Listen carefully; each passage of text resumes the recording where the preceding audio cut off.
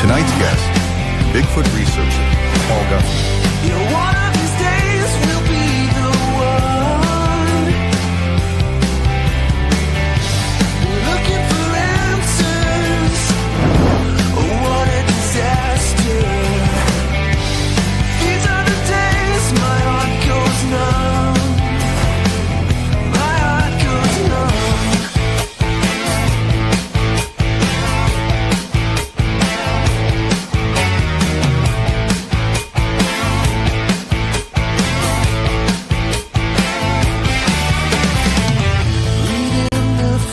Of the ashes, the spirits light up the night, looking down the Now, we're live from the Untold Radio Network. It's Untold Radio AM with MonsterQuest producer, host Doug Hajicek, and co-host Jeff Perrella Jr. Untold Radio AM is going live right now.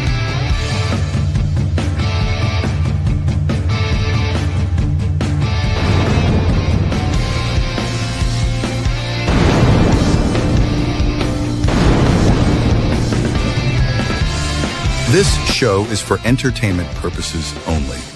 Yep, that's the ticket. Now here are your Untold Radio AM hosts, Doug Hajicek and Jeff Perrella Jr.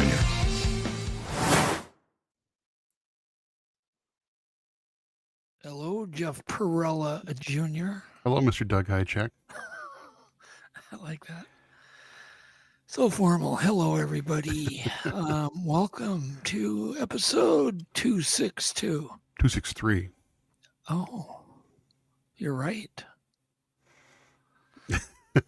Yeah. Jeff Meldrum, our tribute was 262. Yes, it was. It stuck in my head for some reason. That was a good show. Yeah. So anyhow, yeah, and thanks everybody for attending that. That was a downer, but we needed to do it. Mm-hmm. So Yeah. we do thank you. So tonight we've got kind of a special guest because I've known this man for a long time. He's a very humble researcher. He's not in the limelight, but he researches a whole part of Minnesota nobody else does. Yeah. Which is southern Minnesota. Mm-hmm. The bottomlands, the floodplains. That's where all the floods happen.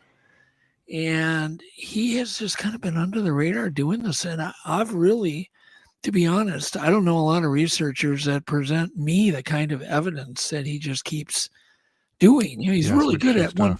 Yeah, he's really good at one type of evidence. And we'll talk about that today. But the bottomlands of Minnesota, and I don't know how much time you've spent down there in Very little. Those areas. But there's so many rivers and creeks and swamps and, you know, floodplains and, you know, and that water table is going up and down, up and down. It's hard to get in there because it's muddy. Yeah. But what a great place to track Bigfoot. Sure. Yeah. I've spent very little time there. I know way more about up north, northwest, northeast. Yeah, exactly. We all head north to do Bigfoot research. He goes south. Yeah. He's got the whole damn southern Minnesota to himself. Anyhow, and then we have clips. We have trivia. Tech breakdown will be next week. Mm-hmm. But we have a kind of a really cool thing going on. We have Eric Play Shows. He's a friend of the show, and he has been doing FOIA requests all over the country, looking for smoking guns. Well, he may have found one, and it's a big one. And he's going to basically give us the exclusive tonight on sharing the info. There'll definitely be a part 2 to this, so I'm going to warn everybody. But let's go ahead and get Eric on. All right. Welcome, Eric. Hey, guys. Thanks for having me on. Hey, Eric. No, Eric, you have a new channel called Hairy Man Road channel. Yeah, correct. Yeah, it was Media Palace for the longest time, but switched it over to Hairy Man Road just because I, thought it was more associated with what I'm doing right now. Yeah. And really to honor the Hairy Man Road, which I grew up right next to, because unfortunately they've destroyed a good portion of it in these last couple of years. So, and that's where that whole, where you found that really strange We have to revisit that again, the photos, and it's just bizarre. There's like somebody built basically an underground cage for a Bigfoot. It's really it's unexplainable. That's here right off of the Brushy Creek. I mean, it had a giant stone face embedded into the wall. It was just an atomic blast door that would survive an atomic blast. Just crazy stuff. Yeah. Yeah. Anyhow, so we're gonna have to get you on and just revisit that whole mess. But anyhow, so you've been doing FOIA requests, and you really work hard at it because I know you do, because you kind of keep me updated and this and that, and it's like, wow. So you recently sent one somewhere, and I mistakenly, I think in my post, said Alaska. Well, I think that was my fault. I think I told you Alaska first. Yeah, I was mistaken. Yeah, I have another case going on with Alaska that I can't talk about right now. You should have blamed me. I would have taken the blame. I should have. Yeah, I was ready. I'll blame you, Doug. It's okay. Oh, there you go. That's an old producer trick. Anyhow, so go ahead and just we'll let you talk. Yeah, I mean, like you said, I've been doing FOIA requests for these last several years. Been doing them all over the country. This year, 2025, I think has really been the most productive year as far as getting stuff back from federal agencies, from local agencies, and stuff that was really never supposed to be disclosed to the public. I mean, I've got internal emails, and that's kind of what I'm going to go over right now. I had done a FOIA request to a county in the north of Washington, western North Washington, and I got really lucky. They sent me at least 1,500 to 1,200 emails from their email server. Wow. I had requested all of their emails they had on their email server from a certain date, and it took me a long time to comb through those. But how long did it take you, Eric, to comb through all of those emails? At least 2.5, 3 weeks. Oh, yeah, wow. yeah. And some of them you can just kind of brush off. You'll see that, some titles and stuff. I don't need to look in that, but other stuff, yeah, you definitely want to look into. But I'll give you an example of this subject line right here that really caught my eye when I was digging through this. And the subject line of this email that was sent to a Washington university was subject unidentified bone. So I guess I'll just read you the portion that kind of kicked off this whole thing, if that's all right. So subject unidentified bone. And it says, an acquaintance and I saw this bone in an old animal bone collection. The person who collected these is long deceased, so we can't talk to him or ask him any questions. Anyway, to me, this looks like a child's jawbone, but my acquaintance disagrees, saying it does not have enough teeth. We do know it was collected in a Northwest forest about 30 years ago, which makes it unlikely that it would be a monkey, though it may be a baby Bigfoot. And they give their name. That's so it says that. It says baby Bigfoot in the letter. Written by who? Who wrote this? Or you don't have to give their name, but what was their I'm not going to give their name for sure. They are a pretty high up in a tech company. Okay. So from the email chain, it's a really long email chain. They've pretty much inherited this bone collection from someone that had passed away, a biologist that had passed away. Okay. And I've sent you the image, and it's really interesting. It's a jawbone, a mandible, and it's really thick. I don't know if you had a chance to look at it, Doug, but it's incredibly thick. I did. Yeah. Which, for the size of it, for a child, I don't know, just doesn't look correct. And I did send this to one person that is incredibly qualified. He deals with bones on a daily basis, and he looked at it for a few days, and he sent me basically a packet of images. And he's like, I've never seen anything like this before. So it's interesting. That's a good tease. It's a good tease. And what happened was this was sent over to university. The university got kind of freaked out by it. They contacted the local authorities, and the local authority says, hey, we need to DNA test this. And the sender of the original email is like, okay, saying we'll reach out and we'll get it tested. And there's like 7 or 8 unanswered emails. They really wanted to test this bone. And from this email chain, it doesn't They even, well, yeah, they even threatened some legal action there. They really wanted to get this bone. Uh, and I guess communication was cut off from the sender on their end. And I do not believe, at least in this email chain, they were able to DNA test whatever this thing was. Right. So it's strange, Doug. I'm not, I mean, Yeah. Well, we have a photo, and it's a good clear photo. It's a close up. Yeah. I will get this off tonight, along with a thoughtful letter to 2 different anthropologists. Great. And we'll just kind of start there and just see where this goes. But yeah, it does. At first glance, it looks weird. It definitely looks human-like, though. Right. And the person I did send this off to, he's not a anthropologist or anything like that, but again, he works with bones on a daily basis. He was saying the teeth were massive for a child. Like those teeth were really big, and if you see the molars, they're I did. molars. Yeah, that's definitely really not like a normal child molars. Yeah, and there are emails, internal emails between the people in that agency, and they're saying they're kind of infighting, saying this could be this could be that. Yeah. And then I think the last one says this guy was a biologist. He knew what he was looking at. Yeah. And the fact that he just kind of, I don't know, hoarded this for over 30 years. You hear about this stuff. You hear about private collections and things like that. I don't think anything has ever, surfaced from that. But this email is interesting. It's so okay. So the person that you sent it to, yes, was intrigued. Did they? They didn't offer a conclusion though.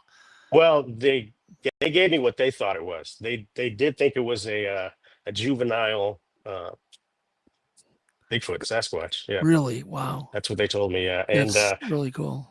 again, this is a person that deals with bones on a daily basis, knows what they're talking about.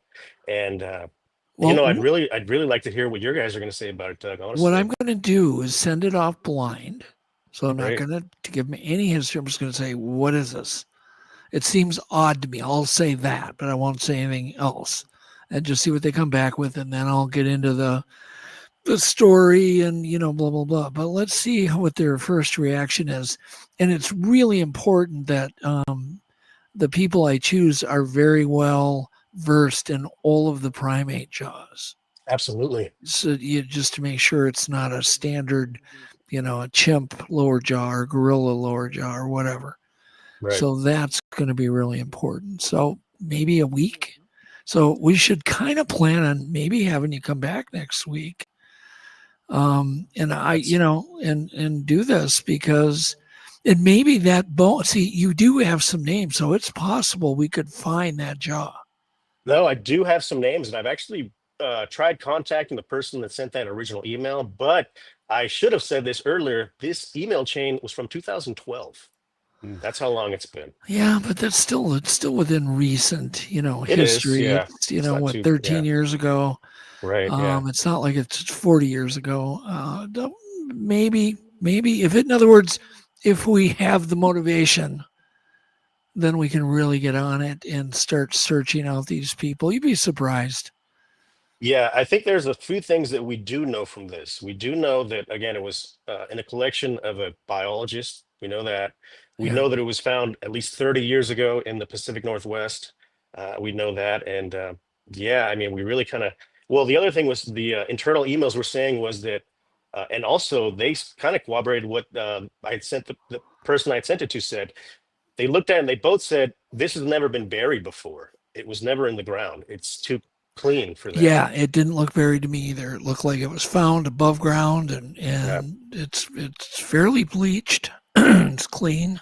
Yeah. But how many teeth are missing? Most. There's only 5 teeth left. Well, that's the other thing. The number of teeth doesn't seem right either. The number of teeth seems off. And that's the main thing the guy highlighted. Like he says, that doesn't seem like the right number of teeth for a kid that age. Doesn't seem like the right number of teeth. Super and there are a couple of front areas in the bottom to where it looks like there's a gap.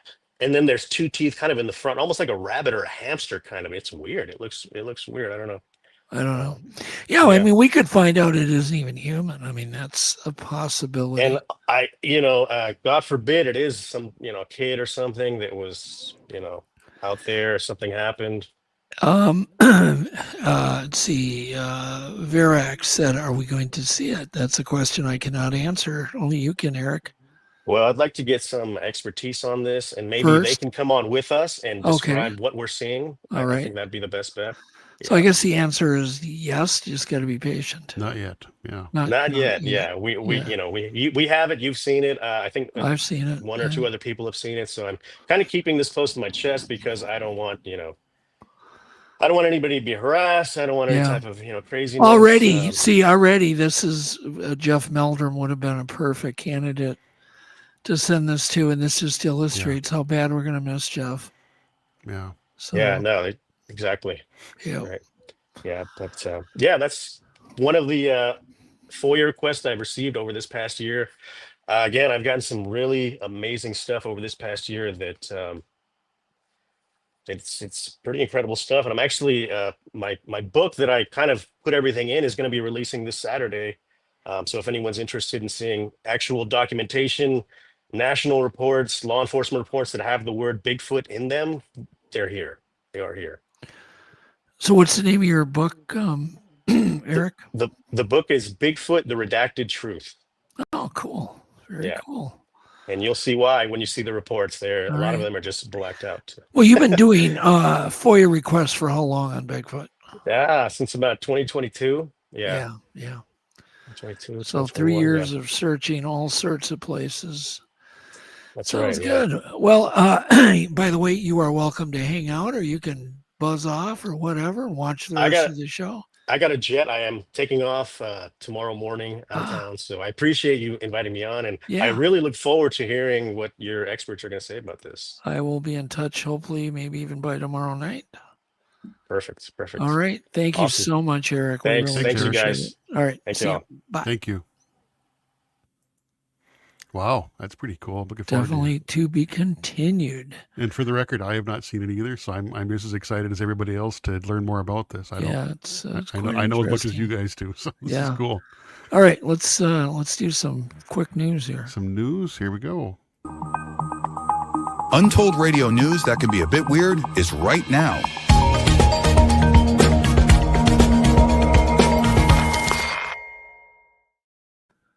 First up is it says experts issue warning, a warning over concerning new coyote behavior. It's important that people are aware. And I'm thinking, what could that possibly be new other than they're getting used to us?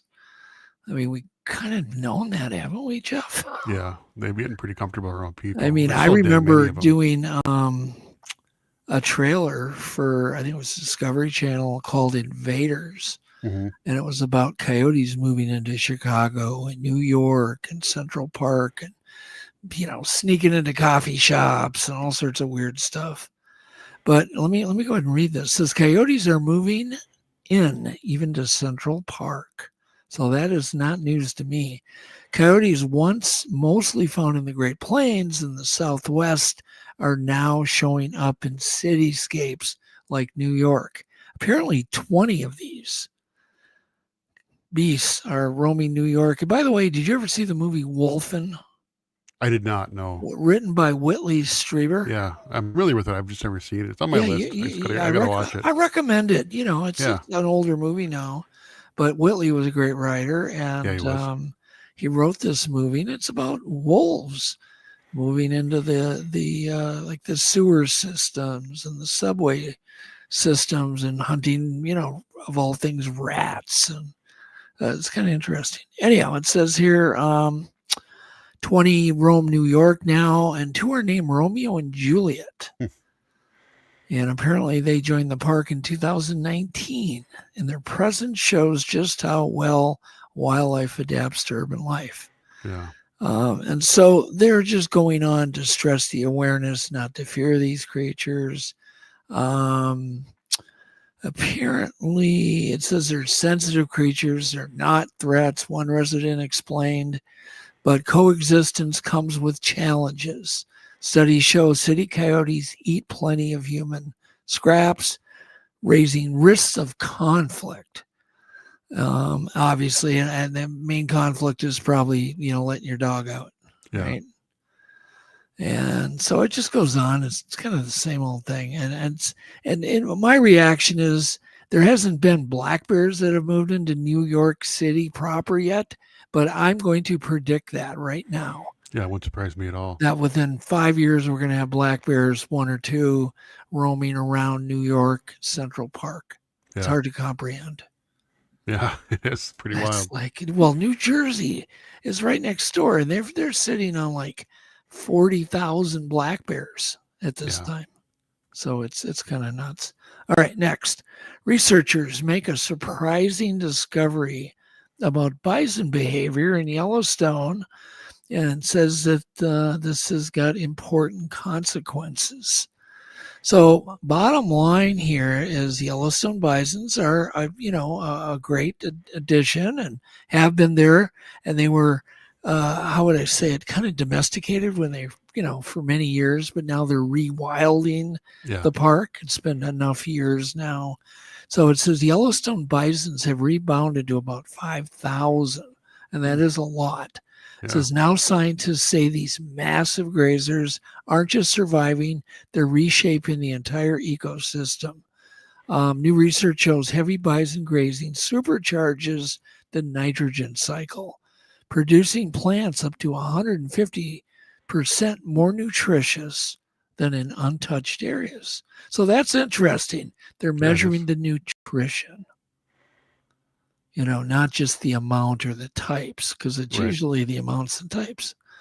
It says by keeping grasses short, the nutrient-rich bison boosts biodiversity and soil health. Gee, I wonder how they do that, Jeff. Bison poop? Yeah, good guess. Providing Yellowstone herds are the key ecosystem architects, not just park mascots.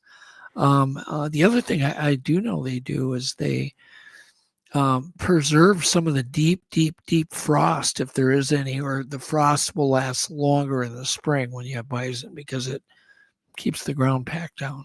Oh, so you get more of a permafrost because they found the permafrost is melting up in the Russian Arctic or here or there. Well, they found because the muskox were missing. That makes a lot of sense. Jeff, I got to put another quarter in the jar. Did you hear that? Did you hear that? I got busted. Turn your damn phone off. I owe you 50 cents now. Okay. I got him to double check mine. Yeah, I'm on silent. See, that's what I'm hoping for. So that's pretty much it. But it's just, it's their very fertile poop. It's causing this with a lot of seeds in it. All right, next. This is a great story, and I can relate to this because it says this unusual hybrid found in Texas is the first of its kind ever photographed and ever in the wild. It's called a grue jay. It's a hybrid, between a green jay and a blue jay. Now, I found this interesting. You'll find out why. It says, meet the grue jay, Texas one-of-a-kind bird. Texas birders are used to spotting blue jays and sometimes their tropical cousin green jays drifting up from Mexico. But in May 2023, one backyard north of San Antonio hosted something brand new, a jay with a green jay's crown and a blue jay's tail, and never before seen blue throat patch. Genetic tests confirm it. This was a funky color. How did they get a genetic test from the poop? I hope they didn't pop it with a BB gun. I hope not. But, the DNA would be in the scat, as they say. I guess. I'm hoping. Yeah. Anyhow, so apparently it's quite a mashup. But the reason I thought it was so interesting because I was the first person to ever photograph a half mallard male with a goose. And so the goose, it was a Canadian goose with a bright green head. Oh, wow. It was really amazing. Yeah, and I got 2 photographs. Believe it or not, it made world news way back before the internet. Yeah. And I was doing radio interviews as far away as Ireland about this. That's cool. But I've got to find the originals now. I should get them up or somewhere. I'll put them up on Untold or. Yeah. It's really interesting. And I've got one of really cool. With its mate. Both of them are with its mate, which is really interesting. And I named it the Malgoose. The Malgoose. I like that. Yeah. So I was doing word mashups even back then. Wow. The Malgoose. It's like the Gruche. Cool. Anyhow, just a little personal story there.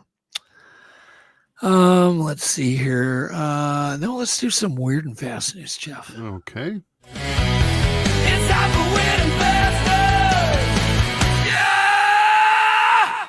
It's time for weird and fast news. Was that Mick Jagger screaming? It kind of sounded like it a little bit. It kind of did. All right. The world's first AI-designed viruses target superbugs. Oh, God, what can go wrong here? That's a great idea. Yeah. It says researchers used AI to design entire bacteriophage genomes and then built working phages, or however you say it. How do you say that? Phage? Just phage? Probably phage. William would know. William would know. He's in our audience. Phage? Phage, I believe. God, I'm just not good at that. Apparently these phages. I could be wrong, but that's what I think it is. I hope you are. That infect drug-resistant bacteria. And I'm thinking, what can go wrong here? Yeah. It says early days of research hints at on-demand antivirals. So they're thinking they're going to use AI for on-demand antivirals. And I'm just reading things like this scare me to death. Yeah. It says the huge medical upside and big safety questions. And I'm like, really? So AI can write viruses now? Oh, good. It's a great idea. It's just, it's amazing. What could go wrong? That's all I keep saying in my mind. What could go wrong? Could you imagine what, that could be population ending. We all know about what we faced in 2022. And I'm like, oh God. Atomic conveyor belts could speed up quantum computers. And I'm thinking, okay, that sounds good. Just what we need is a speedier quantum computer so we can whip up those AI viruses quicker. Yeah, condensed physicists demoed an atomic conveyor belt that shuttles qubits to the most reliable parts of a chip. It's an engineering boost that could cut error rates and nudge us closer to practical quantum advantage. It says basically we're Ubering atoms across computer chips. If that makes sense. We're throwing the atoms in taxis and running them quicker to the chip that collects the data. Oh, goody. So we need faster computers. Yeah. Well, we do actually we do, but I mean, it's going to be a lot of years before we can buy quantum, but I'm sure somebody with some budget who is kind of evil on their mind will have the budget to buy quantum computers soon. I think the biggest problem is going to be the availability of electricity, but we'll see. Yeah. Yep, that's this plant they're building. Where are they building it? Like Tennessee or Georgia or is it Florida? That huge data center. Yeah. That's going to use so many kilowatts. It's insane. All right, next. The oldest evidence of mummification pushes all timelines back, all of them. How do you like that drawing? You like that drawing? John? Yeah, that's pretty cool. Yeah. What are you going to show? It says condensed chemical fingerprints and burial context suggest intentional embalming far earlier than textbooks claim, meaning that organized advanced mortuary techniques existed long before the pharaohs and Egypt perfected it. So I'm like, well, doesn't that kind of change everything? Well, that fits in with a lot of theories. A lot of people think that Egypt is more of a copycat civilization than exactly. Yeah, interesting. Not that they want to hear that, but they do not. And then a 2,000-year-old Roman bridge posts have resurfaced in a river. It says 2,000-year-old Roman bridge posts resurface in a river. Now, I don't know how it resurfaced. Water must have been low. Oh, here we go. Construction work exposed hundreds of oak piles from a Roman bridge in a Swiss riverbed. And apparently these posts were prime for tree ring dating and fresh look at everyday imperial engineering and trade routes. So there you go. Tree rings are nature's timestamps. Yeah. So there you go. It's all archaeological lie detector. It's extremely reliable too. Tree rings are a pretty reliable indicator. And isn't it true one tree ring equals 1 year? I believe so. Or is it a decade or whatever? No, typically a year. There might be some variation, but typically it's a year. And what's so cool is that there's so much corroboration with this huge catalog of trees that have been, looked at that just everything fits together. You can kind of fit in the scale of where things fit. I'm not explaining that very good, but yeah, it's pretty cool. And then next, submerged port kind of ties in. A submerged port near Cleopatra's era was mapped by divers. Obviously, it's underwater, and it has recently been mapped by divers. And it says divers mapped a large harbor near Tapor, Sirius. Is that? Sirius? I'm not sure. Magna. Sirius? Oh man, I'd like to say that one smooth word. Taporis iris. Taposirius. Yeah, there he goes. Oh man. It says it's strengthening the site's importance in Cleopatra's time and tightening the search grid for her last chapter. It says this isn't the tomb, but it's apparently a part of the big puzzle. I always wonder why they don't just go in there with, these 3D scanning boats. Maybe they have. Yeah, that would be pretty useful. At some point, they got to do that. Yeah.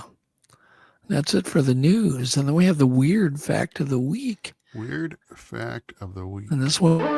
It's now time for Untold Radio Weird Fact of the Week. That is kind of weird.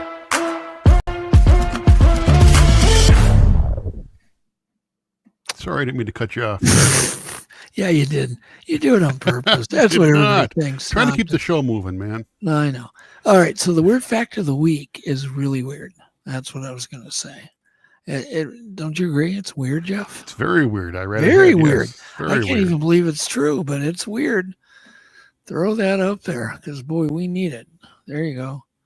So did you know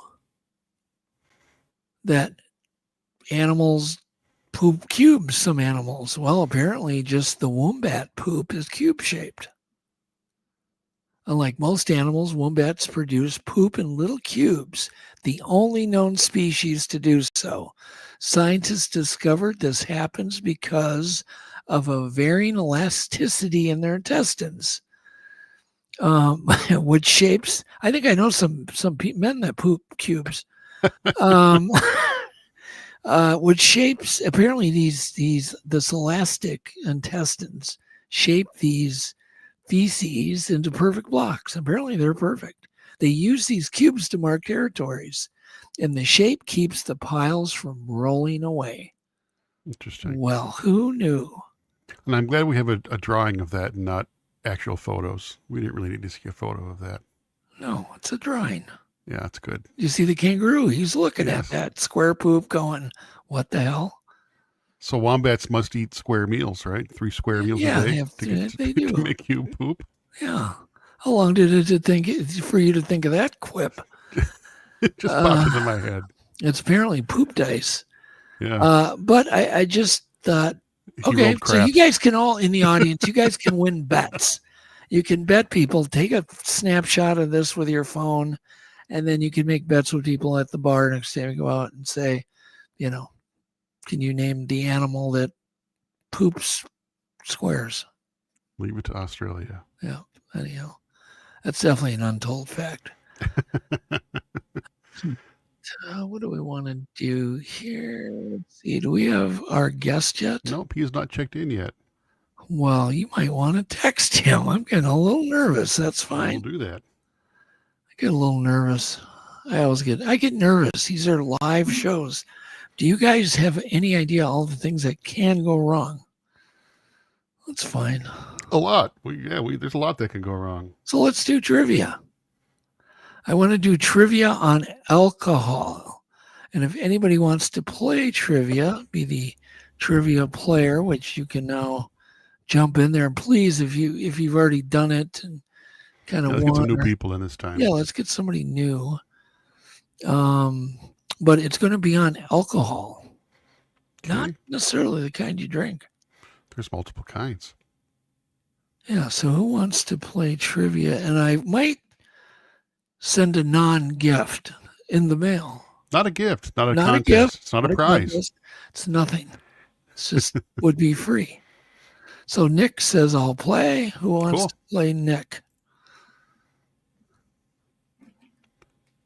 Let's see here. Let's get somebody new. So William's going to. William? Okay. Yep, Nick and William. All right. Oh, I already messed up. Hold on here. I need more room. Nick and William. All right, here we go. Which type of alcohol is the only kind safe for drinking? So I'm going to play this two ways, the multiple choice, or you guys can just, whoever comes up with the answer first. And I'm going to not do multiple choice right now. So the first guy out of Nick or William that can name which type of alcohol is the only kind safe for drinking. Eric's jumping in there. Where's our trivia music? Yeah, where's our trivia music? Hold on one second. And for that, where's our trivia bumper? There we go. Keep the volume down low though. Oh, fermented. All right, I'm going to give you guys multiple choice. Methanol, ethanol, isopropyl alcohol, or butanol. Which one? Verax rubbing. You're wrong, Verax. Eric, mouthwash. You're wrong, Eric. Ethyl. No. Oh, my God. Come on. All right, I'm calling that a tie of William said ethyl or ethanol. Okay. Ethanol. I guess William got it right. All right, so William got one. All right, next. Can you turn that music down a little bit more? Oh, sure. Tiny bit. I like it, but there, perfect. What is isopropyl alcohol mainly used for? Is it for cocktails, disinfectant, fuel for cars, or sweetener? Come on, you guys. Got to be quick. Otherwise, we'll think you're cheating, and we'll accuse you of cheating, won't we, Jeff? Okay, I just heard back. Oh, you're working on the Paul thing. I am. His laptop died. What does that mean? My laptop died. I'm not sure. Tell him to use his phone. That's what I'm texting him right now. Yeah, it's like, just use your phone. I told him that before. All right. So we have, thanks for helping me on the answer. Nick says fuel. So, oh my goodness. Look at this thing. It's just cooking. William. All right, sorry. Well, Eric's not playing, William. I was multitasking. Eric's. So, William, I think you got it again. I think. Unless Nick can dispute that. All right, we got to pay attention. Jeff, help. All right. All right. William's saying it was a tie. He probably was. Oh, okay. It says, what alcohol is biofuel additive What alcohol is a biofuel additive to gasoline? Is it butanol, ethanol, methanol, or glycerol?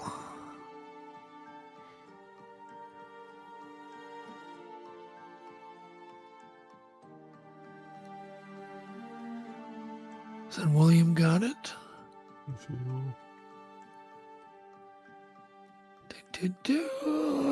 Ethanol. Let's see, we got. I can't even keep up. So many answers coming in. Can you, Jeff? You're not even helping. I'm trying to talk to our guest here. You know what? They both got it right. I think William came in first. William? Yep. All right. I'm gonna make this a little harder here. What is denatured alcohol? Is it alcohol with sugar added? Is it ethanol with additives to make it undrinkable? Is it fermented honey? Is it alcohol that has gone bad? What is denatured alcohol?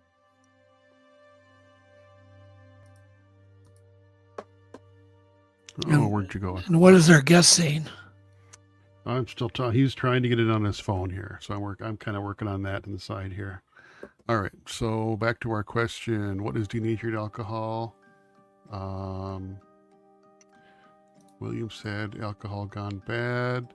Nick said B, ethanol with additives to make it undrinkable, and Nick is correct. That is exactly what denatured alcohol is.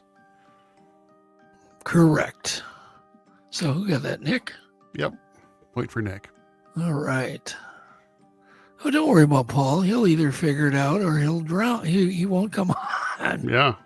I wouldn't worry about it, Jeff. Seriously. Okay. He's got the link, right? You just click Yes. the link and you're Yep, either on or we did you're a test not. earlier. Yep, we tested it out earlier. Yep. So that's Paul. Power on. So what? All right, now we're going to talk about drinkable alcohols and production. What is the main ingredient in whiskey? Is it grapes? Is it grains? Is it potatoes? Or is it apples in whiskey? What is the main ingredient used to make whiskey?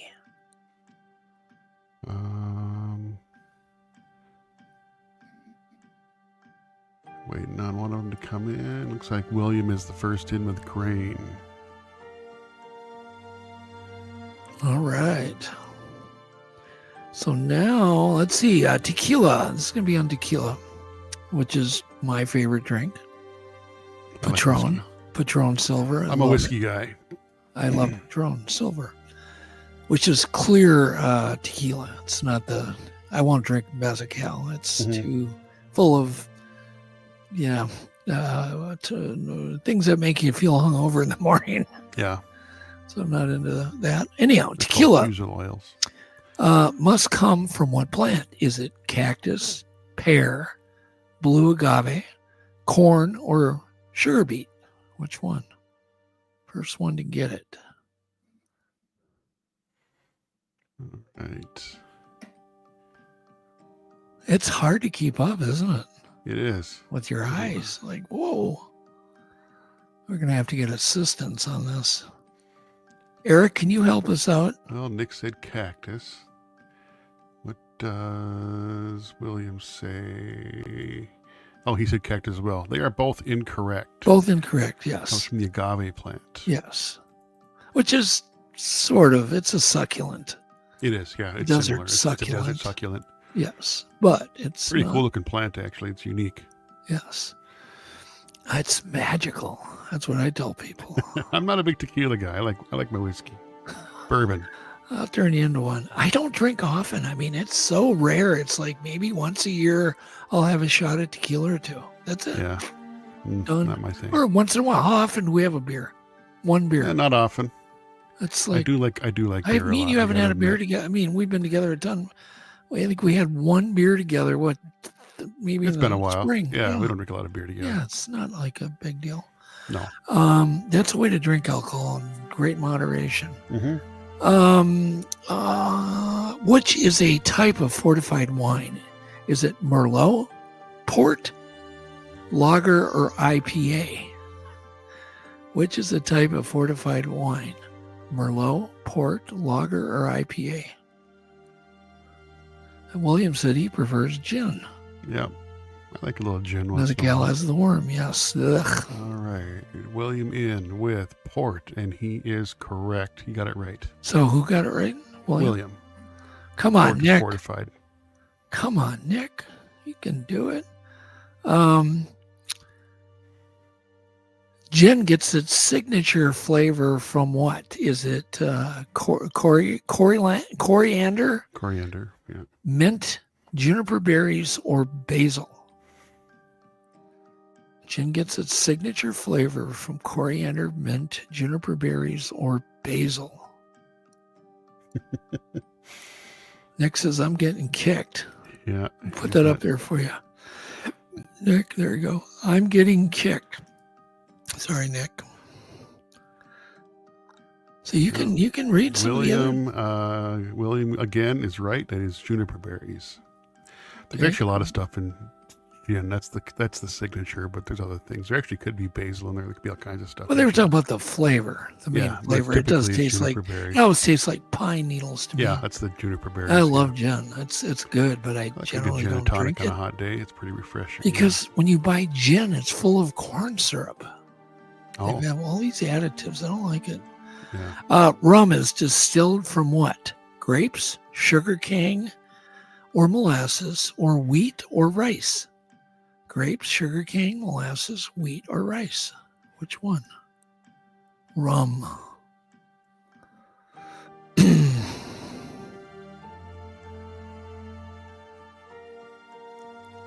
Eric wants to talk about absinthe. Oh, I got some stories about absinthe when I was in Czech Republic. Isn't it that licorice flavored stuff? No, it's not licorice flavored. That's anisette would be licorice flavored. Oh, yeah. Absinthe is pretty gnarly. What does it taste like? It tastes medicinal. It's really strong, and it's got some weird stuff in it that gives you. It makes you pretty strange. I had way too much of it. My brother and I had way too much of it one night in Czech Republic, and man, we were seeing pink elephants. It was crazy. All right. Anyways, back to the question. Why don't you read the next one? All right.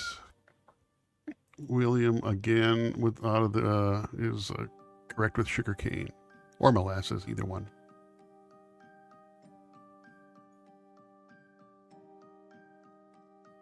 Where'd you go, Doug? Oh, I'm here. Okay, so we'll point for William on that one. Okay. Nick was right, but William beat him to it.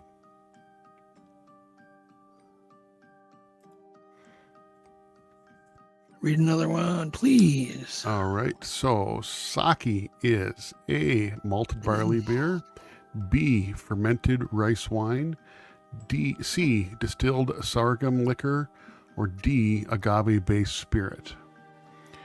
What is sake? I even know that one. Again, boy, William got some good internet. He's in right away with rice. Do you have good internet, William? You got it? Okay. He's in quick, yeah. Nick and by the way, too. What we do, if a guest can't get on, if anybody in the audience would like to come on, they can. We're wide open, right, Jeff? As of right now, he's still struggling with his. Doesn't sound like that's laptop. happening. So let's go ahead and open it up to anybody that wants to do an open mic tonight. Yeah, who wants to come in? Whoever. Put your email address up, and we will send you.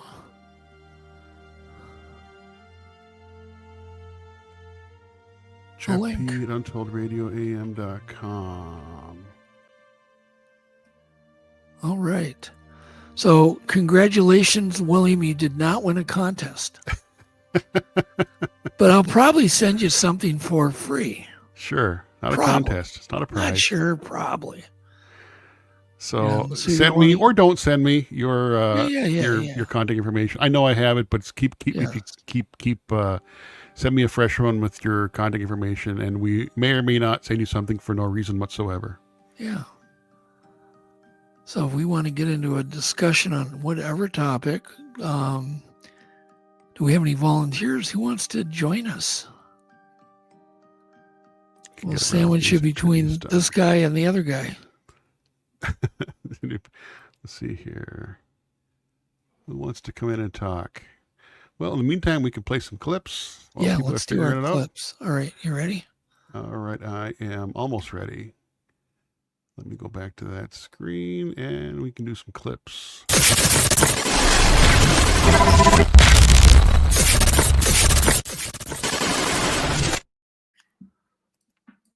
All right. All right. Whoop. Where are you? So, clip one. Clip one. Hold on. The sound is good. What happened to you? What in the world? I don't know. I don't know what's going on here. Hey, you're gone. There we go. There you go. All right. Clip one, the sound is good, and I would love to know whether you would be willing to go work on this storm drain. Wow. Dude, that's a lot, bro. Oh my gosh. Yeah, that's an issue, Thule. An issue? It's a little more than an issue. I don't think those guys get paid enough to do that. Yeah. New Fear Unlocked. Nope. All right, clip two. The sound is good. This is basically a rant about the state of TV today, and I think we've all had this rant. I know we have. It's his viewpoint, and it's certainly not a perfect answer. This is what he thinks the state of television today. Let's go ahead and play it. If you were to tell me in 2004 that in 20 years the future of television would require me having to Google the shows and movies I wanted to watch to see which one of the 9 million streaming services they are on, then having to figure out if I even have the streaming service to begin with, because gotta be honest with you, I don't know what I'm paying for. I don't know what I got. There's way too many of them. To then finally finding the movie on a streaming service that you own and you get excited and you go to the movie and then Prime Video is like, well, we're gonna need an additional $3.99 from you. Why? I'm already paying you a monthly fee. What are you talking about? And they're like, well, you can rent it or buy it for $7,000. I don't want to buy it. And they're like, you can watch it for free if you get the plus package. It's just an additional $26 a month. If you were to tell me that 20 years ago, I would have said, let's keep the blockbusters open. And you got the people like, it would be better if we took all the streaming services and combined them. Yeah, sir, that's called cable. We were there. I mean, we were there. I love it. Yeah, it's accurate. I think that came from his heart. What do you think? Yeah, I can feel his pain. It's gotten just ridiculous. It's true though. You find a movie that you want to watch, and I always go to Yvette. Well, where is it? So then you got to start searching. All the obvious ones, and sometimes you find it, and then you find out you do. You got to pay extra. It's like, I don't get it. Some people I know have like 10 different streaming services. Yeah, How many do you have? I'm down. I cut down. I'm down to 2, and I'm gonna go down to 1 pretty quick. Oh, okay. It's too much. I watch too much TV. I got to stop. You know, we should get on. We should make him come on. It would be really cool. Is Verax? Yeah, I'd love to. We just pressure him a little bit. Yes, I mean, do I have his email here? We should all watch Avatar at your place someday. Okay, that sounds good. Yeah, we can do it. Apparently, Eric likes Avatar. All right, clip 2 is over. Clip 3. Okay, the sound is good. We've all heard of fictitious pink elephants. Go ahead and play this. This is the world's largest pink buffalo. It's pink, but it's not found in Russia. It can only be seen in Thailand. Because of their light pink color and large size, they are considered very special there. And since pink buffaloes are extremely rare, their price can reach around $120,000. Additionally, this buffalo produces approximately 25 to 30 liters of milk per day. Wow. So I did a little research on pink buffalo. And they're really white. It's their skin that's pink, not their hair. Mm-hmm. So the hair is white. It's just, it's kind of thin. Thin hair, sure. And their very bright pink skin, or their pinkish skin, shows through. So they call them pink buffaloes. So there you go. It's a big dude, man. Yeah, it's a big animal. Next, clip 4. The sound is fine. I think there's a little tinkly music in the back. That's fine. In 1977, Chief A.J. Huffer, a former combat photographer, was hired to look for giant birds called thunderbirds in Illinois. In July, he spotted large birds and recorded this video. The footage became extremely popular and was even featured in an episode of MonsterQuest. There you go. Yep. Pretty cool. I remember seeing that footage. Yeah, I remember doing that show. Yeah, I can imagine. Yeah, that's a pretty. It was footage. Interesting because the guy that ran the Raptor Center, who I knew quite well because I had kind of done other stories with him over at the local Raptor Center here, he looked at it and he went, "Whoa, that thing is massive." He did not know what it was. Yeah. And that was taken long before AI. It was way back when, in the like 50s or something. I think it was shot in Minnesota too, that footage. I can't remember. I think it was. All right. Sound is good. And speaking of, big buffalo type creatures, look at this thing. And I do not know what it is. Go ahead and play it. Sound is good.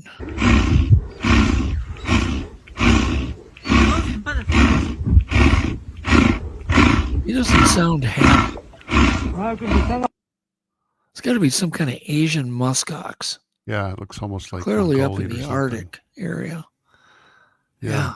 There's just so many animals. There's no way to know them all. Yeah. I have no idea what this is. I'm just going to call it an Asian muskox. Yeah, I mean, I'm pretty well versed with. Well, I know a lot of animals, and I'm still see stuff that I've never heard of before. It's crazy. All right. So, okay, now let's see this one here. The sound is bad, but maybe you can go ahead and play it. We'll talk through it. But it's about the common swift. Apparently, these things will live in the sky for 10 months without ever touching the ground, which is insane. I mean, they sleep in the air. They shut half their brain down and they glide. They skim the water for their moisture. And if they land on a flat surface, they're not capable of taking off. Oh, wow. And they mate in the air. So they'll go 10 months. And apparently they like banded them or collared them with little transmitters. So when they go to sleep, what they do is they go really high altitude. They shut half their brain off and they just kind of glide down. Wow. While they're sleeping. Isn't that crazy? Yeah, it is. That's really cool. Yeah, and they're related to, I believe, the swallow. There's swallows. I think you're correct. I need my cough button. Your cough button for coughing. I get to use it. Oh my God. I was over at the radio studio. I got to say where, but it was a radio studio downtown, right? Mm-hmm. And I had an interview over there. But they have the old 1970s cough buttons. Yeah. And the old. You were with me, weren't you? Yeah, I was. Yeah. Oh my God, I forgot. And so that was fun. I mean, that has not changed since the 70s. No, and that's kind of the hallmark of TV and radio studios is they all have ancient technology because they don't want to spend 1 cent until they absolutely have to. Yeah, it's like everything's digital now. When I worked at a place in the 90s, I worked at a TV station that still had equipment from the 40s, but they were using every single day. It's pretty amazing. It is. Yeah, they're usually the last to ever get caught up. I know that. Like when I worked over at a TV station, I had already been shooting on like 2 or 3 formats ahead of the news station that I was working at. Oh, we've got somebody lined up here. David Rosti volunteered to come in. Oh, he did? Okay, well, see, I pressured him and it worked. But hang on, let's finish our clips. Sure. And then I just want to send him. Oh, yeah. Give me 1 second here. Jeff needs an assistant. If anybody wants to become Jeff's I need the assistant to the assistant. All right, let's see here. That would be awesome. I'm sending him the link. There he is. All right, sent it to him. So, all right, so back to business. All right, here. so we'll go back to clips, but I'm going to just send a message to Paul. If your laptop doesn't work, what you do is reboot it. Yep. That's usually a big help. And then why don't you just use your phone unless you're on a flip phone? Yeah, no, I don't think a flip phone will work. I told him he could use his phone, but just use your phone, Paul. Anyhow, we tried. We tried. I always tell people though, I'm not going to get you back. You get one chance. Let's see here. Where were we at? Clip 7 was next. Clip 7. The sound is bad. Yeah, the sound is bad on this one, but this is we're going to play it. It's a wheeled robot with a very big counterweight, which allows it to do backflips, forward flips, do wheel hops. This is kind of scary. It's these robots that they're developing. That's incredible. Balancing the agility is pretty amazing. Balancing all this stuff is all possible now with all these microprocessors. We're going to, these things are going to be running around with loaded guns on them. Oh, for sure. I'm sure they are somewhere already somewhere in the globe. They already are, for sure. That's like, for sure. You're not going to get away from that. No. It's just going to backflip over a barbed wire fence. Mm-hmm. It's going to be on you. So, times are changing, Jeff. All right, the next one. The sound is good, and it'll make you feel relaxed. This is a very ugly or beautiful, depending on your perspective, but very amazing creature. When you watch this thing, go ahead and play it. This thing belongs on another planet. Wow. This is what your sperm would look like, Jeff, if we could enlarge it 1,000 times. There it is. This is Jeff's sperm. And I'm joking. Yeah, okay. They're aggressive. Look at that thing. Play that thing again. Look at that. There you go. Apparently it's like a tadpole shape, right? Tadpoles are that shape. Sperm shape. It's just weird. Strange looking face. I wonder if those like are an alien some creature. kind of receptors on its mouth. A lot of prehistoric creatures that have not evolved much. Yeah, it's crazy. Okay, clip 9. The sound is good. This is real. Turn your volume up at home because this is really otherworldly. It is a bobcat. I'm almost positive. Go ahead and play this.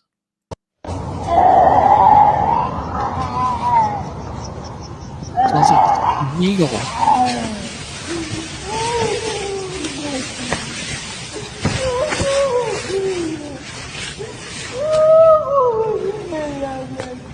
It goes. Gosh. I agree with you. I think that's a bobcat. Yeah, it's a bobcat, but it's otherworldly sounding. Yeah, that is a strange sounding animal. If you were a kid on your bike like this kid was, and you heard that, I'd be out of there. I heard when I was a kid, I grew up pretty rural, and hearing bobcat in the woods and hearing rabbits in the woods. Have you ever heard a rabbit scream? A rabbit sounds almost exactly like a baby human in the woods. It's disturbing. Yeah. My dad had to calm me down, convince me that it wasn't a baby crying in the woods. That's what they sound like. It's wild. Anyways. And then Tennessee said it's an enlarged sperm. And then he goes, I can't spell sperm. I love it. You don't need to cry. Everybody knows it was just a typo. Everybody knows you're not a spell sperm. But it's just funny. Yeah. And William says bobcats eat the ducks in what? In the canals here. They eat the ducks in the canals here. Okay. That must be a sight. Anyhow, let's do a couple more clips. And we got 2 more. And we have Verax in the back room. There we go. And Verax, can you pretend to be Paul? This is clip. What clip is this? Clip 10. Sound is good. All right. Oh, this is so eerie. Okay, just hang on. This is so eerie. This is somewhere in Georgia, in the ex-Soviet Union. Georgia, which is like the northern regions, it's almost Arctic, right? Georgia is it's in the Baltics, isn't it? Just but east of the Baltics? Yeah, but part of Georgia is quite north. Mm-hmm. And anyhow, this is a Siberian tiger roaring in the background, but you got to hear this. It's amazing. Go ahead, play it.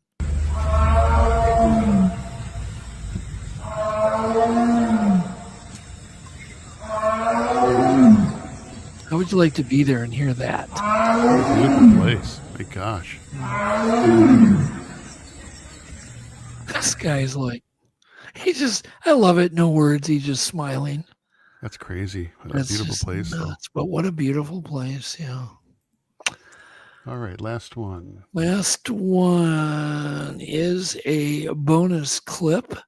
This is just a very, very eerie supercell near Shelton, Nebraska. And this is definitely nature at its biggest wow moment. Yikes.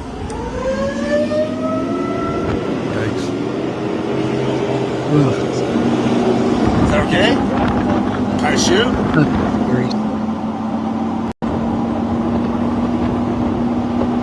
7 miles wide. Can you read the print on there, Jeff? 7 miles wide, packing 70 plus mile an hour winds and feel larger than golf balls. Is that okay? Can I shoot? Why don't you pause it and play? Read it? Okay, I couldn't hear you. Yeah, that's crazy. Yeah. Eric says very, very nicely, holy shit. Yeah. Thank you, Eric, for that comment. Yeah. All right. So what we could do tonight, if he's in the chat, he can give us permission and we can show his evidence.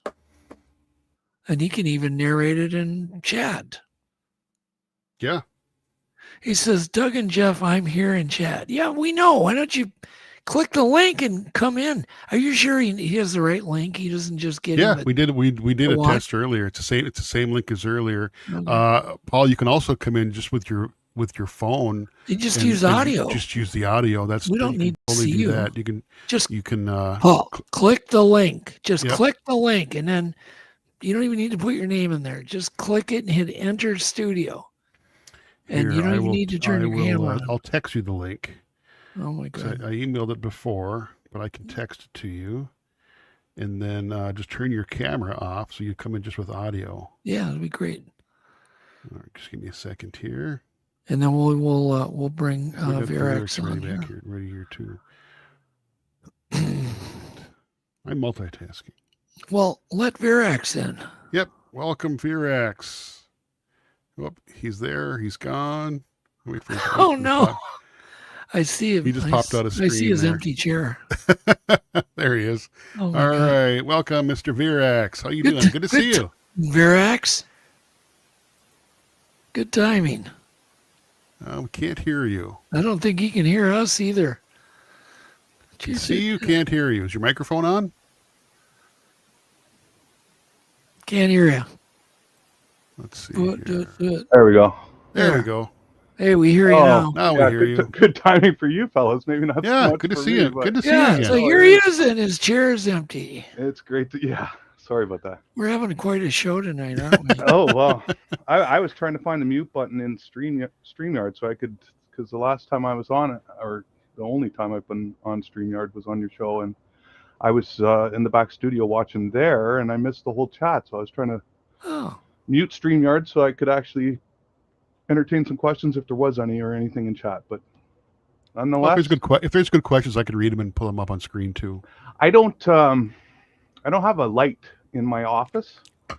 My office is actually being redone right now. So well, that's the thing. People have computers in their office, and the computer screen, you don't need a light. So a lot of people don't have lights in their offices. No, well, I have 3 screens, so that's usually what I use. But like I said, I am. Well, turn your brightness up on your screens. That'll light you up. I'm trying to get her going here. Yeah. I found a little makeshift light here, and I have a lamp in the background here that should do the trick. By the way, if anybody wants to buy this podcast from me, you can. Oh, right when I was about to volunteer to it's for sale. It's like, what do you think? Cheap. $2? It's all yours. I'll toss you the keys tonight. Over. Yeah, we'll toss you the keys to everything. Oh my goodness. That's funny. I was just about to apply for that job to be Jeff's sidekick, and now you're selling the show, and I got a new boss. Yeah. Jeff, we're on the street, or what? Well, you could buy it from us and own it. And I'll work for you. Oh, yeah. That's pretty funny. Oh my God! I just saw Mr. Guffey come in. Yep. He's here. He's here. We can see you. We can see you. Get your phone. Okay, but yeah, let me tell him what to do here. Paul, you can't hold your phone while you're doing it. You're going to be shaking, making us all seasick. Prop it up against something. No, it's got to be the long way, not that way. No, horizontal. And it's got to be, just put it up on some books. So we'll give you a little time to do that, and make sure it's plugged in. And horizontal. It's the wrong way, Paul. Flip it the other way. Oh boy. The price is plummeting for the podcast. It just keeps going lower and lower. We're probably at like 75 cents now, the value. I'll give you $20 if I can just go home right now. Yeah, yes. I got beer in the fridge. Yeah. Give me $20 and I'll just go check out. Yeah, Paul, we can't hear you because you're backstage. So I know you can hear us. Just turn your phone the other way, dude. You're upside down. There. And there now just prop it somewhere so you're not holding it. Because you'll make us seasick by holding it. You got to lean it against something and not touch it. There you go. Good. So you had this all worked out, right, Jeff? Yeah. Oh, yeah. Yeah. This is exactly what I had planned. How does this always happen? Everything's perfect. It is. I got it. That's why we do a camera check. Everything is completely messed up. Yeah, it's all right. I would say just quit doing mic and camera checks. That's a great idea. It doesn't do anything. Just wing it every time. Nothing. I'm on call 24/7 for you, Doug. I know I owe you an email back, and I meant to send that to you, but it's just been a crazy month. I had my brother here from Vietnam for 2 weeks, and just got him on a plane yesterday, and my wife's leaving for Ottawa tomorrow, and she's gone. And then Monday, almost a year to the day, we're going back to the cabin for another 3-week stint. So nice. My wife said to me, I said, I'm going back on, honey. She's like, oh my God, get a light in there. And I said, okay. And she said, wouldn't it have been great if it was next week? You could have did it from the cottage and did a live from your phone and showed them everything and laid it out. Yeah, we'll keep Eric's on. So, okay. So there's a bid that just came in on the podcast. So I got to pay him $5. But I'll pay you more than that to take it, David. I like this one. Yeah, can you put a slate up? Due to ongoing technical issues, we're now auctioning off our podcast to the highest bidder. Comes with 3 completed files, 2 dropped calls, and 1 mysterious echo that won't leave. I love it. God, you are the joys of live broadcasts. Yes, it's exciting. Very witty. Anyhow, it looks like Paul's ready. Let's bring him on. You are now a co-host. Very all right. Yeah, glad to have you here, man. You're You're literally above me and Jeff. I just got promoted again. You're promoted above me and Jeff. Go ahead, Paul. All right. Bring him on. All right. Welcome, Paul. Hello. There we go. You got your phone the wrong way. Turn it the other way. No, that's the way I had it before, and you told me to turn it back this way. Maybe just not touch it. It's got to be leave it be. Horizontal way. You got to move it the other way, Paul. No, just flip it. Just go sideways. See what happens. Let's see. Are you sure? Yeah, I'm positive. You always have you put it back. It doesn't matter because the podcast is up. He must not have that self-balancing thing turned on. Yeah, I don't know what's going on. All right, go ahead and put it back, Paul. Sorry. You're right. I'm wrong again. Price just went down. Now I got to pay somebody $30 to take the podcast off my hands. Anyhow, welcome, old friend. How are you? Oh, no, you're muted, Paul. Now you're muted. Paul, your microphone button at the bottom is... you know what? I can unmute it. There we go. We're good. Okay. All right. So...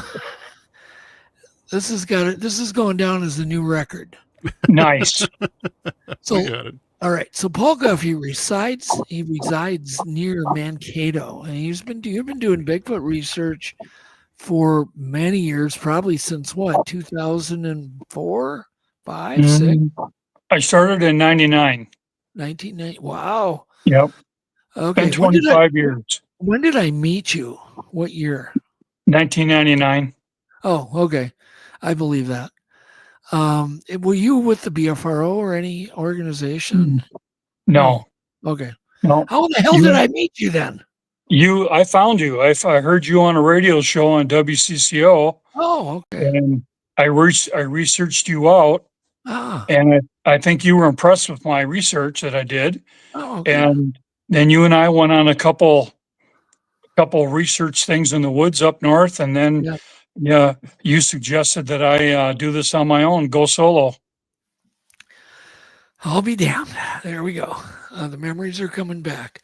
David, or not David, Verax, do you have any questions for our guest? Because I can't think of any, because I'm taking bids on the podcast right now. Yeah, I mean, I'd like to know how Paul got into. There you go. It's Sasquatch, I guess, that we're talking about. You're in southern Minnesota, so yes, I'm from Fort Francis, if you know where that is, or across International Falls is across the border of Minnesota. Okay. So Fort Francis is where my family is, but I have half my family in International Falls, Lake of the Woods. I was born 6 hours south of Snow Grove, which, Doug obviously is very familiar with. So, yep. But being from southern Minnesota, I'm more familiar with northern and anywhere up there. There's Sasquatch everywhere up there. But like Doug alluded to earlier, you don't hear a lot of reports coming out of southern Minnesota. So I'd like to hear how you got into that. It from helping Doug and his crew on a couple projects years ago, and watching what other people do and listening, watching shows or listening to interviews and people. I just started doing it myself in southern Minnesota. We're down here, it's mostly corn country. But we've got a lot of rivers, many, many rivers, and streams and swamps and ponds and stuff. And wherever that stuff that's where Bigfoot is. And I've been pretty successful sometimes going out, have some activity, finding tree breaks, finding trees that are branches that are the diameter of a basketball, 8 feet long, and they've been impaled in the ground. It's pretty impressive to see that stuff. He has found more tree structures. I can't even talk tonight. Paul, you have probably photographed more tree structures than anybody I know. I think there's one lady up in Canada that's photographed a lot of them, put out a calendar. But Paul, I even think he beat her. So can we just really quick just throw up a good one, Jeff? Sure. Whatever you want. Yeah, Jeff, go ahead and throw up. Yeah, we're looking for a good one here. He sent me well, you can just shuffle through them, and I'll tell you when it's a good one. Yeah. Let's just do that. There you go. That's a good one. Yeah. These things are crazy complex. They're made up of many, many sticks. They're in the middle of nowhere. And people go, it's Boy Scouts doing it. It could be. We don't have any proof. But I can't imagine a Boy Scout breaking the diameter of these sticks, or finding enough sticks. And they're generally out in the middle of nowhere. Yeah. You can see the kind of typical landscape. Some of it's, hilly, sloped, and a lot of it's swampy and flooded. Now, why would a Boy Scout build a stick structure where it's flooded? Right. Where there's water. I've actually talked to Boy Scout masters, stuff like that. I have a good friend who happens to be one, and he said, no, they don't do anything like that.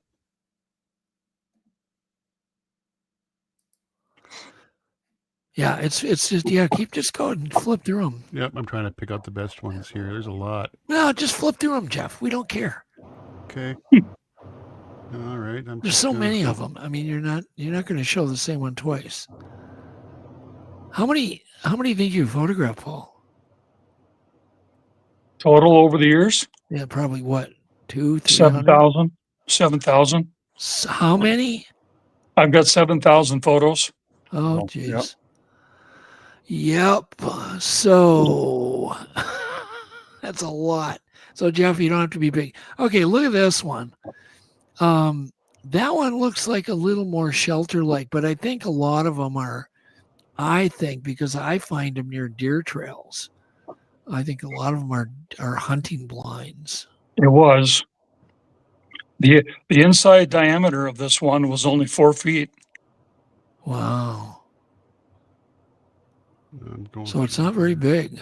What do you think? Or do you think it's a nursery spot? I heard a great theory last night. Could have been. Go ahead, Verix. I'm just trying to find it, actually. It was on there's a Native American fellow, I forget his name, Suan, his last name, was on a podcast last night, and he was talking about Native history, his culture. He's from the West Coast, Vancouver, not Vancouver Island, but on the coast between Vancouver Island and BC, Canada. Anyway, he was saying that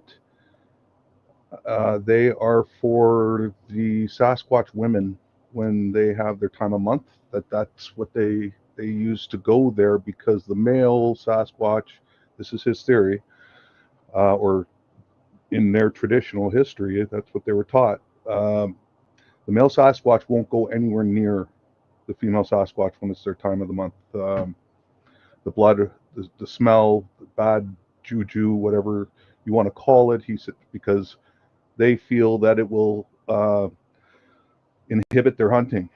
You know, that if any of that pheromones or whatever at that time get on them, that they won't go anywhere near the females. In fact, that they a lot of the time will take the youngsters, the babies and stuff, and go and sit in these things. But there's a lot of theories about these structures. I've also heard from another well-known researcher out in BC that said that, you know, he's a little bit more into the woo side, but he says they use them to teach the young Sasquatch to go try and transport dimensions, whatever that's called, trans-dimensional or whatever they use them as their teaching. Well, that's a crazy theory. Yeah, he was, you know, and I mean, there's a lot of theories like that, but he swears that he, you know, and I mean, like I said, he's a bit out there, but he's been on and interviewed everyone. He's had a podcast forever. He's good friends with Tom Cantrell, and he said that's what they use him for, to teach. Well, that's interesting.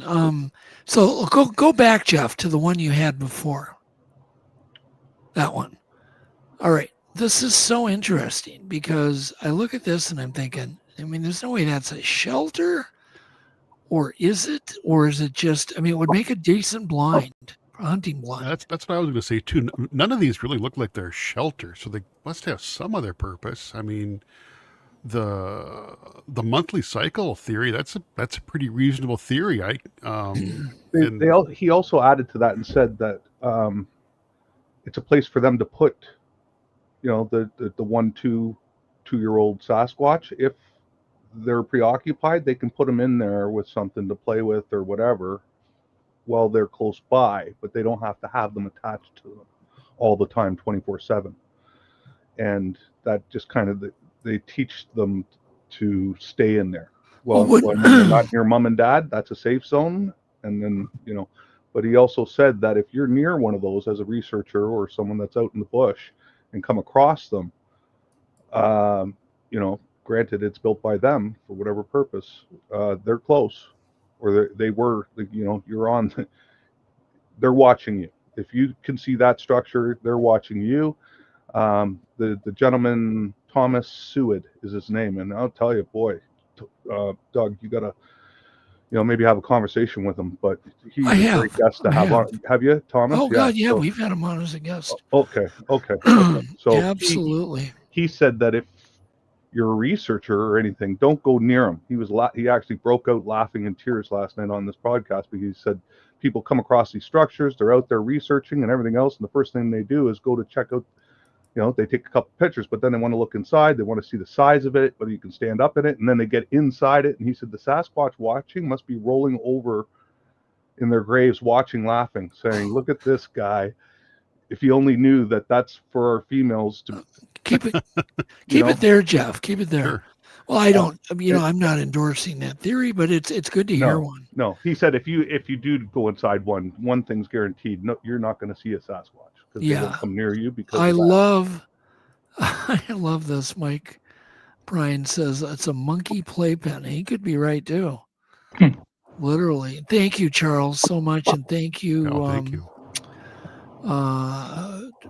Minxie bought 5 memberships that she's done a few times. That's beyond generous. Beyond generous. Thank you so much. Anyhow, back to this. Look at these sticks. They're all broken. I mean, you never find any cut wood, do you, Paul? No. Do you find that the bark has been removed from a lot of the sticks? Not just wear and tear from weather, but no? Sometimes I'll find a fresh bark that's been removed, especially in the springtime. Because, I mean, that could, it's not really much of a shelter if the wind and rain can blow through it. I mean, it would be a break for a hunting blind or something like that as well, right? But it's not really something that's going to get you out of Minnesota winter. True. Yeah. Eric says Sasquatch toilets. He could be right too. We don't know. I like the playpen theory. That's a pretty reasonable theory, and it makes sense. I mean, you got a 1-year-old or a 2-year-old and put it in that one right there. I mean, it's not going anywhere. That's a really, really solid theory. It kind of fits the evidence. Have you ever found anything in these, like any human garbage? There you can just see how clean it is in there, because humans are very piggy. If a human built this, I guarantee there'd be candy wrappers laying around, blah, blah, blah, blah, garbage. Beer cans. My question is how far into the bush as well are you? Like, are you, I mean, when we were growing up, me and my 2 brothers, we were in the woods all the time building little tree forts and structures and everything that we could. We dug out banks and caves and stuff just to, but if these are in such a remote place, it's not like kids are going to be going that far from home and then just start throwing together these elaborate and weaving, Right. Right. A lot of them, it depends what day it is. Sometimes I'll hike 6 hours, and then that 6 hours, who knows how much territory I'll cover, because sometimes I'll do it circular and zigzag it and just kind of figure out what's where, and every once in a while you find a structure, or you find a log that's been broke or a big branch that's been broke, and you just look at it and go, okay, that's a very live tree right there. The diameter of a softball, let's say, and it's broke perfectly, busted and twisted, and the dead trees nearby it are standing perfect. So it's unlikely the wind did it. No, I mean, it's clear that these are just, look how complicated that is. That didn't happen by accident. I mean, if it was kids doing it, at some point we'd hear about it. They'd tell their parents, and the parents say, oh, yeah, my kid does it all the time. I've never heard a single story about kids doing that. And I was in Boy Scouts. I was out in the woods. I don't remember. No one ever did stuff like that. No. What I do know is I've watched the DNR tear these down. And they get quite angry. And they're back up the next morning. Yeah. During the night, in the middle of the night, they're back up and they tear it down and they back up again. I've seen that actually happen kind of real time.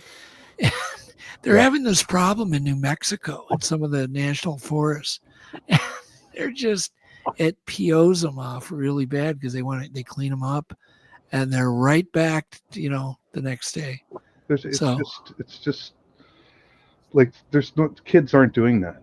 No, the size of some of those logs, no, you'd have to have a little army of kids and the different sizes and everything else. The other thing is when we were doing it as kids and stuff, we weren't doing stuff like this elaborate. We're weaving and balancing, and then it's crazy. Like, well, there's a lot of fulcrum architecture in these, and these are not cut, right? There's no cut marks. Anyway. Right, no, they're broke. They're broken, or they're just picked up off the ground and put in a structure. This is so impressive, Paul. Yeah, it's quite a body of work. Thank you. When he says he has 7,000, I believe him. I mean, because that's impressive. This guy, he works. I mean, he goes all winter. He goes all summer. He just, the wood ticks don't bother him. He don't give a damn about anything. He just, Paul, you amaze me. You really, thank you. It's really impressive. You really should get an award, but not for podcasting yet. At the end of the show, you might get an award for podcasting, but we'll see. Well, your research is amazing. Thank you. I learned, you influenced me with your photography and your ideas, and I use the one right there. Okay. This was in is it Newsweek magazine? Oh, wow. Newsweek. Yep. Yeah. So Newsweek did a article on Bigfoot, devoted the entire issue to Bigfoot. I got interviewed for it. They asked me, I don't know how many questions, but one of them was how I thought a Bigfoot would die, or how we would solve the mystery. And all I said in there was Tesla, meaning an electric car would come around a corner and kill one accidentally because of the silent nature of electric cars. But I used one of Paul's tree structures for I sent it in to them and they published it. So congratulations. Not many guys have had their stick structures published in Newsweek magazine, Paul. Yeah, thank you. I was very proud of that. Yeah, I can really imagine. Cool. Very proud. And that was a newsstand item. I bought that my issue on newsstand. So it was on the newsstands all over America. It was pretty cool. That is very cool. And everybody go back to the other page of the structure. Paul, speaking of seasonal and your pictures, you're documenting them. I have a couple questions. Do you find any patterns or differences season to season, like structures that's that you find really in summer or winter? Are they, is there any difference? And do you go back to the same structures and notice anything different has been moved or changed? Or I'll go back. Some of the structures I've had for years, and they're pretty much the same. Once in a while, I'll go back to a structure. I'll be walking up to it.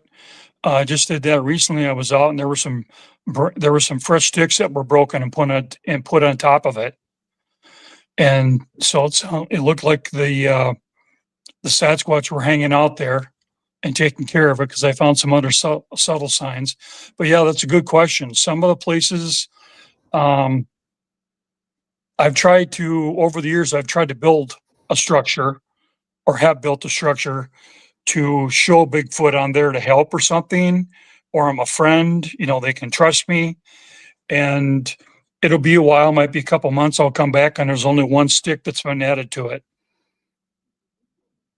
But some of the structures that I found, they're pretty much the same. Okay. Yeah. Do you when you're out there, are you constantly talking or no? Do you talk to them? Do you feel like when you're out doing your walks and stuff that sometimes I do? Do you get the feeling you're being watched? Oh, absolutely. Okay. Absolutely. And there's been some times where it's just like, and the feeling too. It's like, okay, I'm leaving. It's almost like they're just nudging me, telling me, you shouldn't be here today. And I respect that, and I leave. Yeah, trust your gut. Yep. That's another very common thing that, I'm relatively new to this field, and I didn't ask to be brought into it, to be honest. But since being brought into it, I've been doing a lot of research and from some of the best, and looking at fresher thinking and ideas and structures and stuff, as I mentioned, the theories that I've come across. Have you ever come across a structure that's being built, like noticed a start of a structure and then come back a week or a month later and it's actually been added to? I've noticed a few of them. Okay. There might be a log or two, or the grass, the leaves around it when it's dry, it's not turkeys or deer doing it. It looks like they've made a bed there, the Sasquatch, and they might be taking their time doing something. And I try not to touch the wood. And some structures I've gone into, I've actually slept in structures at night. Oh, wow. Yeah. And had visitors. which was cool. And, but some of them they're in the process of being made, and then maybe leave that there, Jeff. Just hang on a second. Leave that one up, Jeff. Okay. I just want to take a little break. These are really good questions, Varix. Like really good. I got about 20 more. Oh, good. Perfect. One of the things I do want to mention is very often Paul does send me photos. We don't have them tonight, but he sends them with a tape measure or a stick because, I was curious too on the height of many of them. And you started doing that. I don't remember when, but you remember when you used to measure them. I would imagine you're still doing that. Yes, I do. And if I don't, I usually have my tape measure with me all the time. Yep. Or my laser measurement. And if for some reason I don't have it with me, I'll just find a stick that's my height, 6'2", and then I'll just use that for measuring, or I'll just paste it off with my feet. Yeah. One of the things I was going to mention about stick structures, and I'm going to just kind of bug out again here and just listen, and that is so often they're found within no more than 500 yards from water, like never. Right. And most of them are 50 yards from water. Do you find that true, Paul? Yes. This lean-to structure you're looking at here is about 30 yards from the Blue Earth River. Yeah, I can see the river right in the background. Yep. Often you also find them near deer trails. Yes. There's a deer trail. And next to this one, there's 2 deer trails. Yeah. And then often I find once in a while, if I do find any litter, it's always blue. I'll find a blue balloon in one. I'll find a blue water label in one. It just always blue. And I just kept seeing that pattern over and over. That is a pattern. And it's reoccurring. It's so recurring. Like I have had blue rocks. I told you these blue rocks. Yeah, that's right. You experienced the same thing. Yeah. Right? It's always blue. Yeah. It's so weird. I don't know if it's something they like. Or if it's something they can see really good and it, with their either UV or IR vision. So anyhow, but I'm just gonna listen now. I'm gonna let you, Ferrex. You're taking over. All right. It's apparently you bought the podcast. And I gotta pay you $20. But I gotta talk to my financiers who are in right. To see if you can raise the money. Yeah. Well, I gotta pay you. William Robinson and Flat Rock or Carl Soup. We could have a reunion show. Yeah, but anyhow, look at all these sticks. It's just so cool.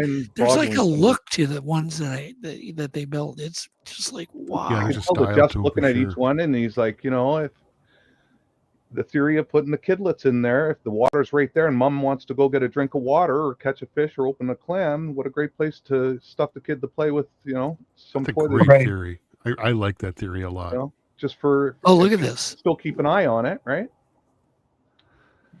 You don't want to get caught between a mom and its kid. That's the thing that I was going to say. Right. When you're out on your walks and researching these structures and stuff, and that's where the trust your gut thing comes from. Or if you hear the huffs, have you had even a Class A seen a Bigfoot yourself, laid eyes on it, or a Class B where you've smelt them, heard them, bluff charge, anything? Yeah, I've had all of them.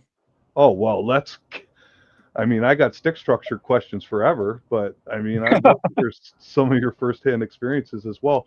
Do you feel, based on the research in the stick structure, just to stay with that for a sec, do you feel one way or another? Do you have your own theory on it, or do you feel like it's a communication to other Sasquatch, or you're just wide open to it could be anything? Like when you look inside, you said you slept in one, for instance. Sure. Inside each one of these, do you find that the ground is different, been patted down, cleaner? Yes. I just found one 2 weeks ago over by the Straight River over near Owatonna. It was a nice structure and a nice lean-to, and it's being used. Something's been sitting in there, and there's 2 deer trails on each side of it. And then I found some other ones over the summertime where the weeds in the grass are 1.5 feet tall inside. They're unused. They're not using them. How tall are you, Paul? 6'2". Well, and that's the thing. I mean, I'm on the fence with a lot of this stuff, but I would assume an animal that big has to eat an enormous amount of food, and I understand that there is everything that they're looking for is in Minnesota and a lot of states, and right across from coast to coast of Canada. So, but it would make a lot of sense that they could easily, depending, because I know that the deer population in Minnesota is just astronomical. You also have every other animal that they would eat, moose, you name it. It's on the menu. And every berry, but it's, I would think that they would have to move around a bit too. So a lot of these structures they'd build if they're in an area for 3 to 6 weeks, because the berries are out in that time and they know the patch is, that's why they're in the area for whatever season it is, Right. So they could sit dormant for, and there's a lot of talk about them moving, south for the winter, and so I don't see that at all. I mean, I've heard far too many stories and listened to far too many encounters now where and people with them on their property that they stay put. Jeff, just hang on a second. But they have a big range. Back, I would think that they would move around. They're not going to deplete an area of its food. They're going to move after ever so often, and these structures are perfect little home bases, like I said, for the mom and the kids to hang it out in, and they have a couple juveniles that are and little sentries watching always, all the way around. From what I understand, that's how they move, and the big alpha males and stuff are constantly hunting. One of the questions like Loretta had was about scent, but here's my theory. They build these, they leave them there, and that way the deer get used to them. And then all of a sudden they're in it and they can ambush deer. Yeah. It just breaks up their outline. Yeah. Lots of hunters have witnessed and been caught in between Sasquatch herding deer towards their ambush, where their ambush is set up. And these would be perfect for that. If you have those deer trails going right by the front door like that, they just have to reach out and break a leg. And tons of stories of that. Paul, if I supply you some camera traps, would you be willing to put them on an area where a little away from the structure, like let's say 10 yards, just to film deer, not to get footage of Bigfoot, but to film the deer. Absolutely. Yeah, absolutely. So we can document how many deer come by and where they're going to pass that structure, right? Because the camera might scare the Bigfoots off, but it won't scare the deer off. So we can do a study on that. We're going to document how many cameras Doug loses. I can bring a couple up for you if you come up to Grand Rapids. Sure. October 3rd and 4th. I'll bring a couple up for you. A couple of years ago, I told my son and a couple other people where they hunt on the land where I used to hunt. I told them, I said, build a stick structure. And my son's like, what? I said, don't go up 16 feet in the air and sit on the stand. That ain't going to happen. Because I don't believe in sitting on the stand. But told him, just build a stick structure at a certain spot and get it like you're saying, the deer get used to it. And I said, just sit inside that structure. Give it a try and see if you can get a good shot off. They didn't do it. There's a really tall winter. It's what we call the classic teepee. It's a good teepee. Yep. It's gone now. Explain.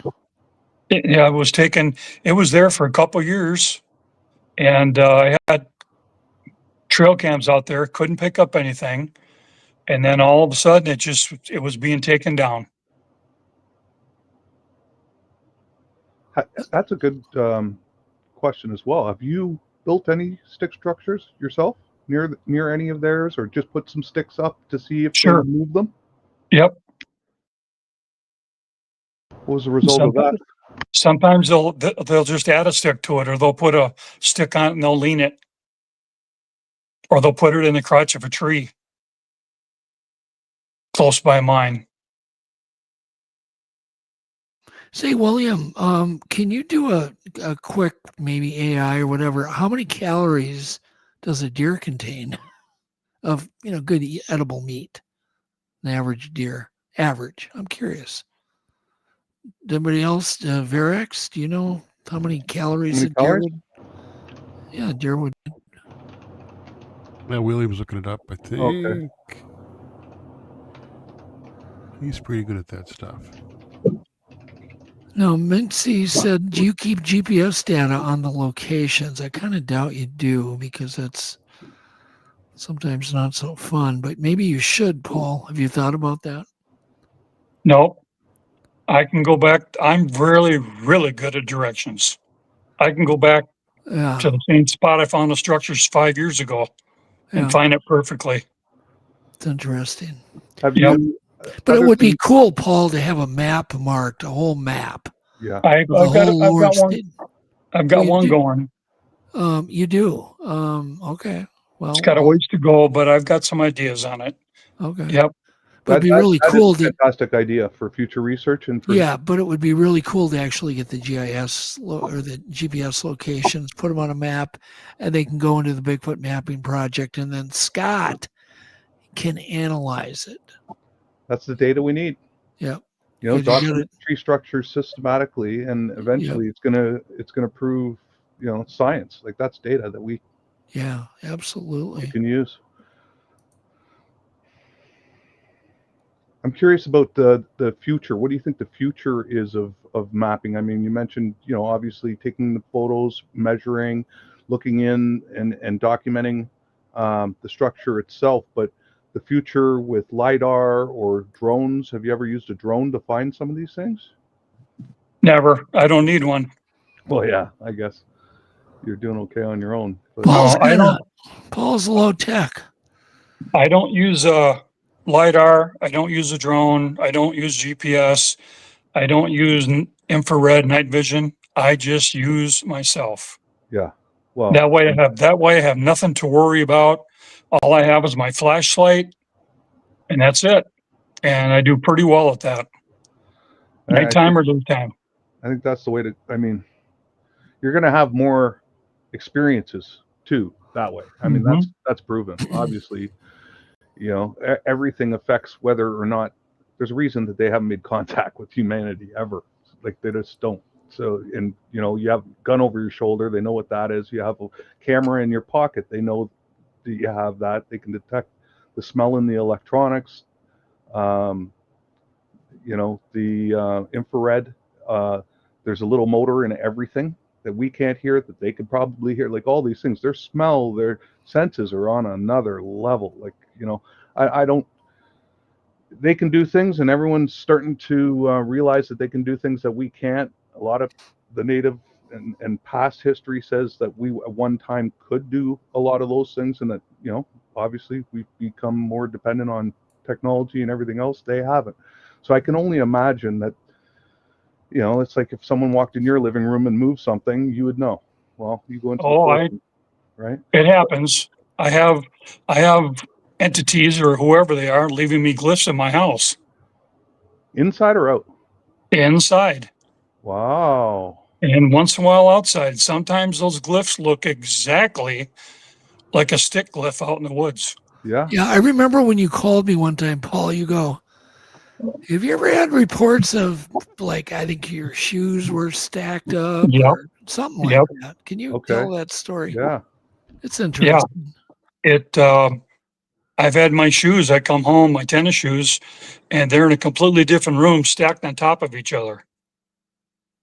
And I've had right now on my floor over here, I've got 3/4, 4/4 that have been moved every other day so far in a different position. Okay. And I just leave them there. I just let them play with it. And sometimes I'll feel it. It's like they're giving me a sign where I'll just stand in my house. And years ago, I would look out to the west, and I go, okay, I got it. That's where I'm going. Yeah. Because their glyphs were kind of telling me to go to the west. Okay. And I was pretty successful. That is pretty cool. See, and that's what I've been experiencing as well, and a lot of people do. So that's very cool. Have you done any gifting yourself? Left them anything or? Yes. Yep. and it's been taken, and any experience with that? Yeah, the most recent one, I was out with my research partner, and we stopped out at a county park, which is surrounded by woods and water. We're the only ones there, and I brought in 3 peanut butter jars. Okay. 3, they were different colors, and I put the blue 2 side by side, and I put the blue one on top, and they're all tight or just a bit loosened up. And we went down by the river and the creek, checking things out. And when we came back up, the top one with the blue top, it was on the ground. Cover was off. All the peanut butter was gone. And wow, my friend looked at it. She goes, "Raccoon?" I said, "Maybe," but I said, "I doubt it." No chew marks?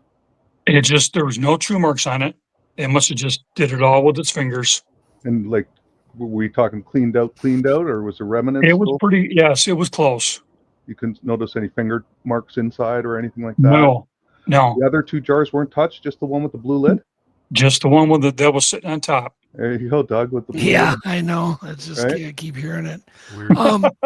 If it was a raccoon, bear, or any other animal, you would have at least noticed scratches and chew marks for sure. So let's backtrack to these strange things in your house. Yeah, let's go back to that. I got pictures. I have heard this even from my son.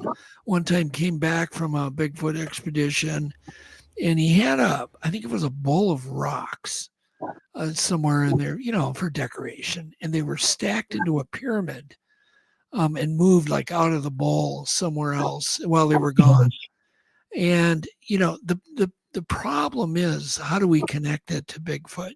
We can only infer it could be any other phenomena. You know what I mean? We just don't know anything. You can't immediately go, it's a Bigfoot coming into my house physically, or it could be some kind of weird ghost, or it could be, who knows? There's too many things. We don't know. There's too many explanations. Yeah. Right. But it is interesting, and it should be talked about, because if you are willing to talk about it in public, maybe other people will go, hey, that happens to me. That happens to me. Sure. Then we start gathering more evidence. 100%. Yeah. 100%. That's the only way to do it. about And unfortunately, because I'm new to this, I knew nothing. Bigfoot wasn't on my radar. Ghosts, I was staying away from because I just don't want to go there. But there's just so many other things that have been brought to my attention by people, friends and stuff that I've talked to, or had friends I've made that saw the show that I was on with Doug here. Was the first time I ever talked about what happened to me. And since then, my mind blew up with things that it could be, that all these little elementals is a thing. There's like all these things, and they're sending me, I've received 101 messages of things to do to the property. In case it's this, you should get a shaman in and get a Christian priest over to bless the property. Yeah. The smudging stuff, all that stuff can't hurt, those kinds of things, because we don't know what it is, and there's just so many things out there that it could be. But no, Greg Olson made a wide statement. He said the paranormal can mimic everything, and that's the worry I have. I definitely a believer of the paranormal, only because I've had things witnessing. I can't explain. I've witnessed, and it just is it connected to the Bigfoot mystery? It very well could be. I just don't know. Doug, you come home and your stack of shoes from the closet is in another room stacked up. Yeah.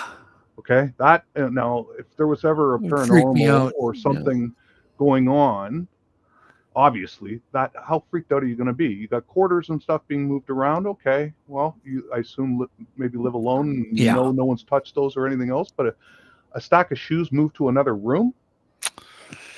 Be pretty weird. I just don't want people to think that we're all going off on, that's not a conclusion. We're just, I love to just let people tell what happened, and you can decide whatever you want to believe or whatever theories, but I hate to take that data and just not, and just cover it up and say, well, you can't talk about that. Talk about this, but don't mention the shoes in your living room that got stacked up. I don't believe it. And I mean, the paranormal has been covered a lot more than it has. Sasquatch too. Like there's video, lots of video of cupboards slamming, chairs moving, lights going on. Like there is actual tons of video of that stuff happening real time. So there's Sasquatch is so fascinating because he's the ultimate predator, warrior, whatever, because he can live completely without anything. So he's the most pure form of human that my uncles that hunted and fished and everything, trapped for a living, would have been completely envious of this creature that is self-sustainable, doesn't need anything, doesn't need so it's impressive. But to enter your house, that's a different story. And I'm not ruling that out, because I have also seen, and I don't know if you have, Paul, any researchers' videos online and stuff, encounters and stuff where they've actually experienced stuff in their houses and documented it. And there's pictures of that. Yeah. So, Paul, I don't want to stop you from telling some of your encounters. I know you've seen some glimpses of things and had some of your own encounters with rocks. And do you want to give us an example of a story or an encounter that you've had? Sure. My first sighting, daytime sighting, it was a daytime sighting of a Bigfoot, and it was a total surprise, unexpected. It was a beautiful and nice day, and I was out in the prairie with woods surrounded by it and no wind. We're just walking on the edge of the woods in the prairie, and I just thought, well, maybe I'll get him something shadowing me. And after a while, I came to a tree, and it wasn't the season where bucks have their antlers on, and there was a decent size cedar tree, probably 30 feet tall or so, and it was ripped to shreds. Every branch was off of it, the bark, it was ripped to shreds, and all around it, in a diameter of about 7 feet or so, everything was flat, and it stunk. I mean, I think it had a little bit of the cedar tree smell, but it stunk. And it woke me up a bit. I kept walking, and I heard a snap behind me in the woods. And I turned to my right to get a glimpse of it, and I didn't see anything. But when I turned back to my right, there the Bigfoot was standing 30 yards from me, broad daylight. Beautiful looking creature. And I had to get my mind together because it was a cool sight. It was amazing. It was incredible. But yet I was still like, what the heck am I seeing? And the sighting lasted a few minutes. No noise. It wasn't looking at me. Its back right shoulder was to me. Its face was the other way. It was massive, muscular. My nickname for it is Arnold, because its hair was so sculpted and so clean and groomed, I could see every detail of its muscles. They were huge. If that Sasquatch wanted to attack me, it would have taken me out in seconds. But I didn't feel any fear. And I kept shuffling closer to it and closer to it. And as I did that, it slowly started to move into the woods, and it looked like it was gliding more than lumbering with a step. And I could not hear it move. I did not hear it move, and it went in the woods and it disappeared. I don't know if it was a male or female, but it was huge. Probably 600 pounds, 7.5 feet tall. Wow. And I waited around for a while trying to think, okay, there's no way anyone could have been hoaxing that. And I waited around a while, just sitting off to another area. And about 20 minutes later, up on the hill in the woods, I heard some moans that sounded like a injured or sick cow. And There's no cows within 20 miles from where I was. So that was my first daytime sighting of a Bigfoot. It was pretty incredible. What color, Paul? He was silver, kind of a silver, really light gray with streaks of black in him. What time of day? 3, 4 o'clock. And you said you heard him, and that's what drew your attention? I think what I heard was one of his tribe was behind me, following me, because I heard a nice stick break that I knew it wasn't a deer that did that. And so something was behind me, following me. I don't think it was the same Bigfoot that I saw. He was a big boy. He was huge. How long ago was that? 2014. Okay. Wow. So clearly he meant for you to see him. Something did, yep. You don't step out like that, I guess, in being that close. Yeah, he trusted me. He trusted me. And I'll admit to you, if I was ready for him to come after me, if he would have came, I would not be here. Yeah, no, that's the thing. Nothing I could have done. That's the saving grace for so many hunters, so many people like yourself, researchers, who crawls into the bush with them, feet from them. The saving grace is that if they wanted you, you'd be dead. Like for me to go back to my cabin, I'm trebulent at least. I'm going back on Monday for another 2 weeks. And I can honestly tell you this, if I'd have been carrying my pistol or if I'd been carrying a rifle or a shotgun, any one of those, what I had on him, it would have been easy to drop him. It would have been no problem. But I wouldn't have done it. Even if I was carrying a firearm and I was hunting, I never would have pulled up on him, never. Were you able to make out any of his facial features or nothing like that, eh? Just had a huge head. Conical or round head? No, it was more rounded. Okay. It was more rounded, and the neck was huge. It was thick, and it was low to the shoulders. There was looked like no neck. It was huge. See, and if that happened to me, you'd find me standing in the same spot the next day. I would be still in shock, just dumbfounded. How long did it take you to process that? It took a while. Was there? I think I probably even maybe called Doug about it or texted him. After I let it all. How long had you been researching up until that happened? Like going out? 10 years. And was that a common area, that particular spot? It's been a common area for a while. So they're probably used to you and knew that your intent is the main. They trust me. Yeah, you hear it over and over again. Your intent, they trust. Let me interrupt. Squatch Mama, one of our moderators, says, what state of mind were you in? And what color were you wearing? Do you remember? What color clothing? That's a great question. I don't remember what I probably had blue jeans on, a pair of boots. You probably had that gray t-shirt on. I probably did. Yeah. And but pair of blue jeans, my boots, and if it was a warm day, I probably was just wearing a t-shirt. The state of mind, great question.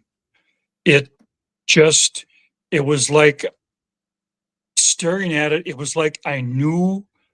It's like that thing. I was like, "What's going on here?"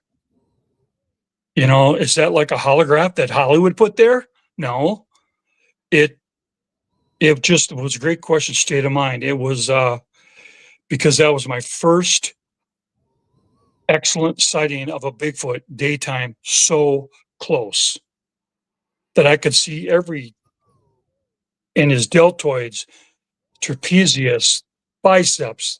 He was a statue. He was awesome, or she.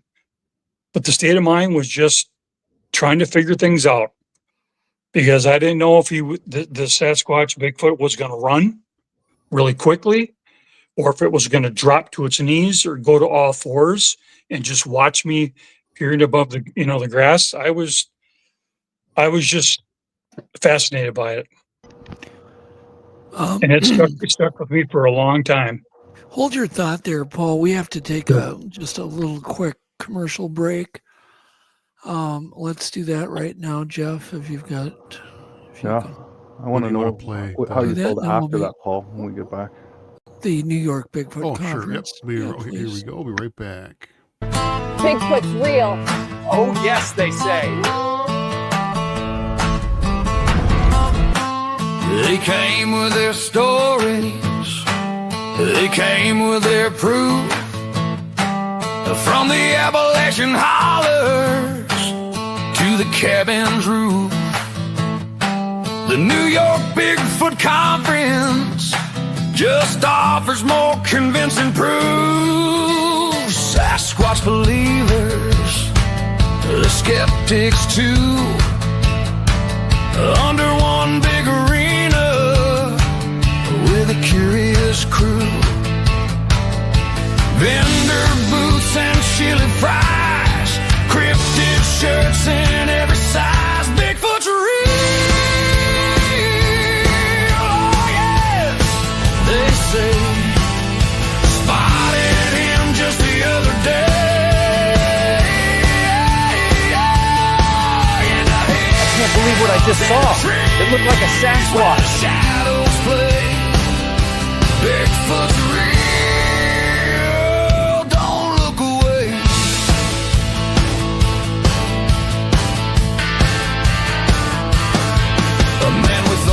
Camera says he heard the howl by a creek so quiet near an old church tower, where a woman saw footprints as big as a plate.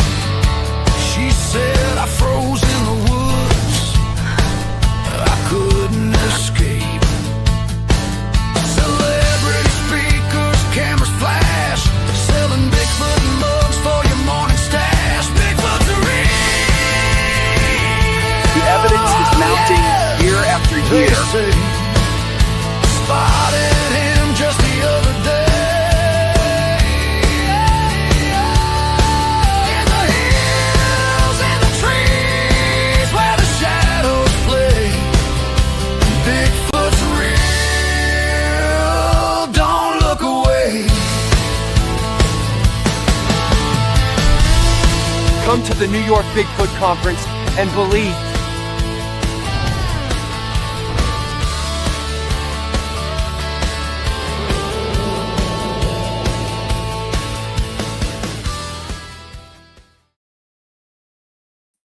Yeah, that's coming up pretty quick. And we are back. Yeah, I'd say get your tickets, because if you don't pretty soon, you're not going to be able to. So anyhow, back to your story, Paul. I saw the back, kind of a similar situation. It had its back to me in a vet, and it was walking along kind of a ditch through the alders, pretty much out in the open. It was daytime too. It was kind of getting towards twilight, but it had this gray and black hair that was really beautiful.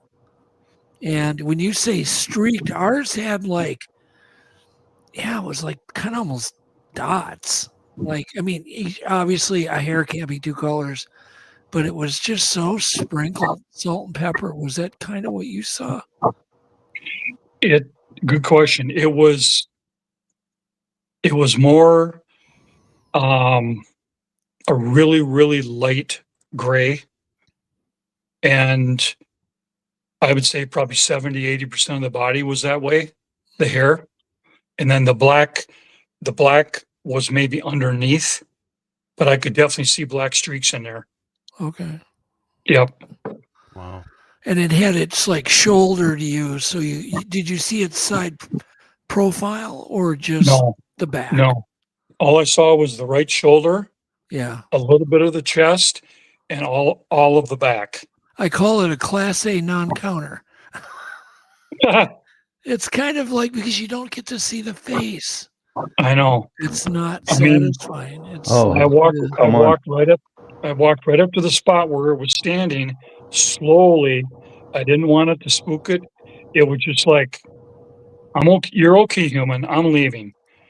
And I got up to the spot where it was standing when I first saw it and was walking in the woods. Its trap trapezius were V-shaped, going right down to a waist, and they were huge. Okay. Traps were huge, shoulders, and that's why I called them Arnold, because I could see all the detail in the muscles. Wow. Fascinating. That is wild. So, and you said clean hair. It was clean, shiny. Yeah. It looked like it had been bathed or groomed or something. Yeah. It wasn't matted and messy and right. No. The one we saw too was very clean. So there's a new question up from Squatch Mom again. So she was interested in your feelings or your state of mind before the encounter, not when you saw it, but before it. She asked, before the encounter, were you feeling grounded, serene, deeply connected to your surroundings, the forest, or were you hyper aware and primal? Did you sense it was there? What were you feeling? It wasn't primal. After I saw that tree that had been taken care of, and it just kept walking, and I had in my mind. No, Paul, she's asking before you saw it, not after you saw it. Before. Right. And this was before I saw it. Oh, okay. But I knew where I was headed. I knew which way the woods went. It turned to the right, or I was going to go across the prairie to the left and go back to my vehicle and go home. That was my plan. And I would just nonchalantly it was good. Everything was good. I didn't feel threatened. I didn't feel scared. I didn't feel, hyper, nothing like that. I was just really relaxed. Do you remember, were you talking to him prior to that, or were you whistling or anything? No. Just documenting and looking for structures and doing your walk and hiking and just being myself, taking my time and just walking like I do. Yep. So you had mentioned that you heard the stick break from the other direction afterwards. It was shock. It was behind me before I saw the big. Did you hear anything after he walked into the bush? Did you hear any other noise, any other movement? No. I waited. I sat down and I waited in a bushy area and just trying to contemplate what the heck just happened. What did I just see? How long do you think you were sitting there? Probably half hour. And then that's when I heard what sounded like injured or sick cows up in the woods mooing at me.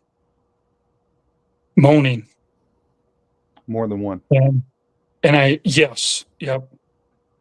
now that I look back on that, if that happened again, I would definitely do something different. What would that be, do you think? I would go look for him. Go right at him. I'd either go right at him or I would take my place in the woods, knowing or guessing, assuming which way they might go. Because I doubt they would run across the prairie because it's so open. Yeah. And I would just try to do something to get myself lost in the prairie and maybe come back, circle around and come back up around them. Start moving back at them. Yeah. Get some interaction. That's something else. Clearly, that speaks on so many levels. If you think about it, there, like I said, so many people that have had or seen them, not by happenstance off a bridge when you're driving by and look down and there's something in the creek, you go back and it's gone. But what happened to you, where it's pretty clear that it wanted you to see it, or gave you the opportunity, a clear opportunity to see it. And that's why I asked if you had been going to the area a lot and they were comfortable with you and they know your intent and everything else.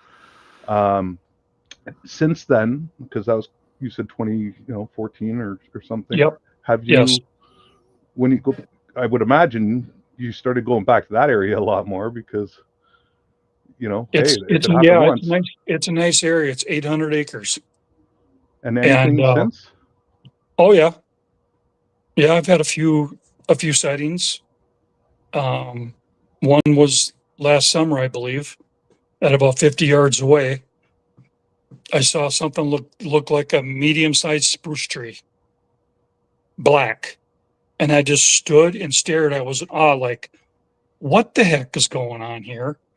And then it just kind of moved and just kind of vanished and looked like it went in the woods and just went poof. Yeah. And then I started taking pictures, and a little bit later I saw a black Sasquatch walking from right to left, and I was able to get one picture, but it's at about 50 yards away in the woods. Yeah, he's on the edge of the woods, and it's, unless you got to zoom in on it to see his outline and his figure. You don't feel like you've seen the same one? No. Okay. No.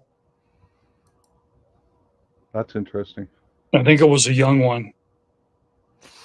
Yeah, I'm going to interrupt here because that's always been my theory when one of these shows itself that they are doing the kill deer. They're distracting you because their kid and family is over here, and they're kind of trying to distract you. And it seems to be kind of a pattern of that when they come out in the open. True. Because it almost seemed like, Paul, like it showed you itself, correct? Right. I got that impression, yeah. It probably was doing a distraction technique. I think a lot of the distraction techniques come or are centered around their family unit, their group, their clan, their kids. You stumble if you're hiking and you stumble into an area and take them by surprise, and you're too close to the nursery, let's say, one of the stick structures that you're investigating has a little kid in it. Well, mom's down at the lake, and so there's that. But there's lots of ways they distract you. They throw things first. Oh, sure. There's stick knocks. There's whoops. There's like all kinds of things that distract you. Showing yourself is, I would think, for them, a last resort. Personally, I think that you're going to get Paul's attention just as quick and just as fast if you let off a rip, a roar, a stick or a tree knock or anything is going to distract him just as well, right? But showing yourself, that's next level, in my opinion. There's a question for you, Paul. Sure. St. Croix River Valley Sasquatch, who's obviously another, he's border. I don't know if he's on the Minnesota side or the Wisconsin side, but the St. Croix River, for anybody that doesn't know, borders, it forms the border between Minnesota and Wisconsin. It's a protected river. It's, I think it's federally protected, right, Jeff? The St. Croix. I remember. It's a beautiful area, though. And there's a few homes on it, but they've been grandfathered in. But it's a wild, beautiful river, and there's a lot of Bigfoot reports there. But he's asking, what county have you had the most? Either, I don't think he gets any reports. I think Paul is the report. He's the reporter and the report guy. You're kind of everything. Nobody does research down there. No. I don't know of anybody. The county that I live in is Blue Earth County. Blue Earth. Okay. And I believe, if I did my check-in right, that Blue Earth County might have the most, the county with the most rivers in it in Minnesota. And they're not all big ones, like the Minnesota's the biggest. Yeah. But there's a lot of smaller rivers. And the Minnesota River is very wild, people. It's extremely wild. Even as it runs through Minneapolis and Shakopee area, it's just as forested as you can ever comprehend. Right. So it's Blue Earth County, and when I go, I'll go to places where, there's maybe been some human activity, but I don't stay on the trails. I go off trail, and I go in the ravines, and I go up on the hills. Yeah. And, you get to the place, and I look up and go around and go, okay, how am I going to do that? Do I got to be a billy goat or like a Sasquatch on all fours? And I do it. I get down on all fours and I go up the hill. It's easy. Have you been whistled at? And absolutely. Yep. And when you're hiking, I assume you're not part of a troop or group or Nope. your own research group. You're alone most of the time? I'm alone most of the time, and I've got a partner who helps me. Okay. And Yep. are you a whistler or a hummer when you're out there, or do you, like I have asked many Well, times about talking to them and stuff? I've done it a few times, and not much success. And then I've talked to some researchers online who, if I pronounce it right, the Wendigo or Wendigo. Uh-huh. It's Wendigo. Wendigo. Wendigo. They say Wendigo, they say if it's in the area, don't whistle. Right. Because it means something bad. Yeah. So I've taken that to notice, Yeah. but I have whistled before. I've had years ago. I was out making a cast on some prints I found, and I got back out there at dark, and I didn't have all my gear with me. I didn't have a flashlight, but I knew where I was going and doing, and standing waiting for it to dry. And I looked up, and out in the woods, I saw a pair of eyes looking at me.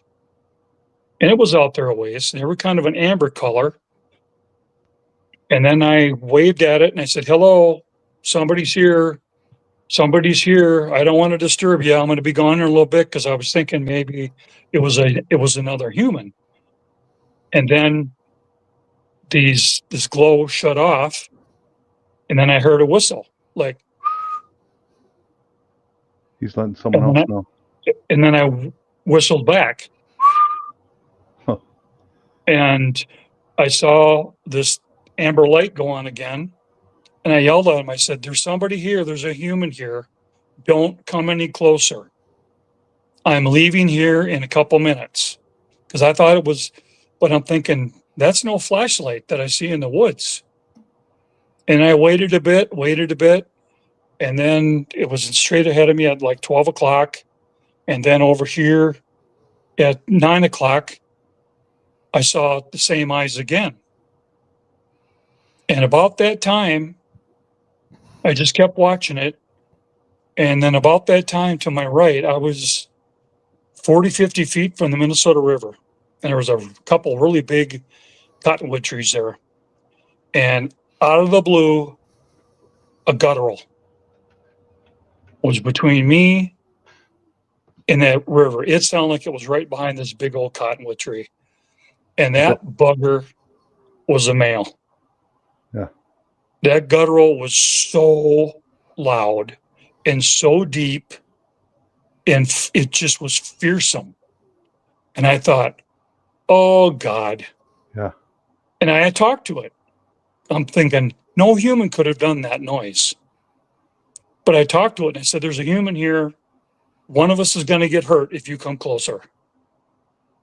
And after I heard that guttural, then I heard movement behind me. And I saw those eyes again behind me. And then I saw some movement. And so right about then, I scooped up my print or my cast, stuffed up my jacket, and I got the hell out of there. Yeah. Yeah. I didn't have a flashlight.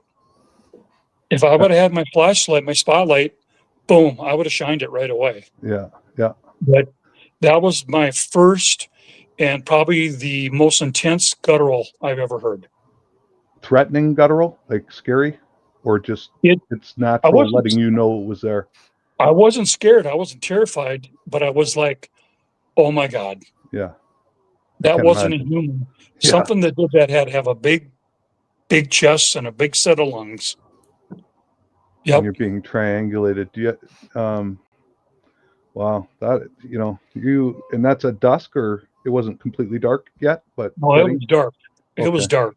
Yeah. Wow.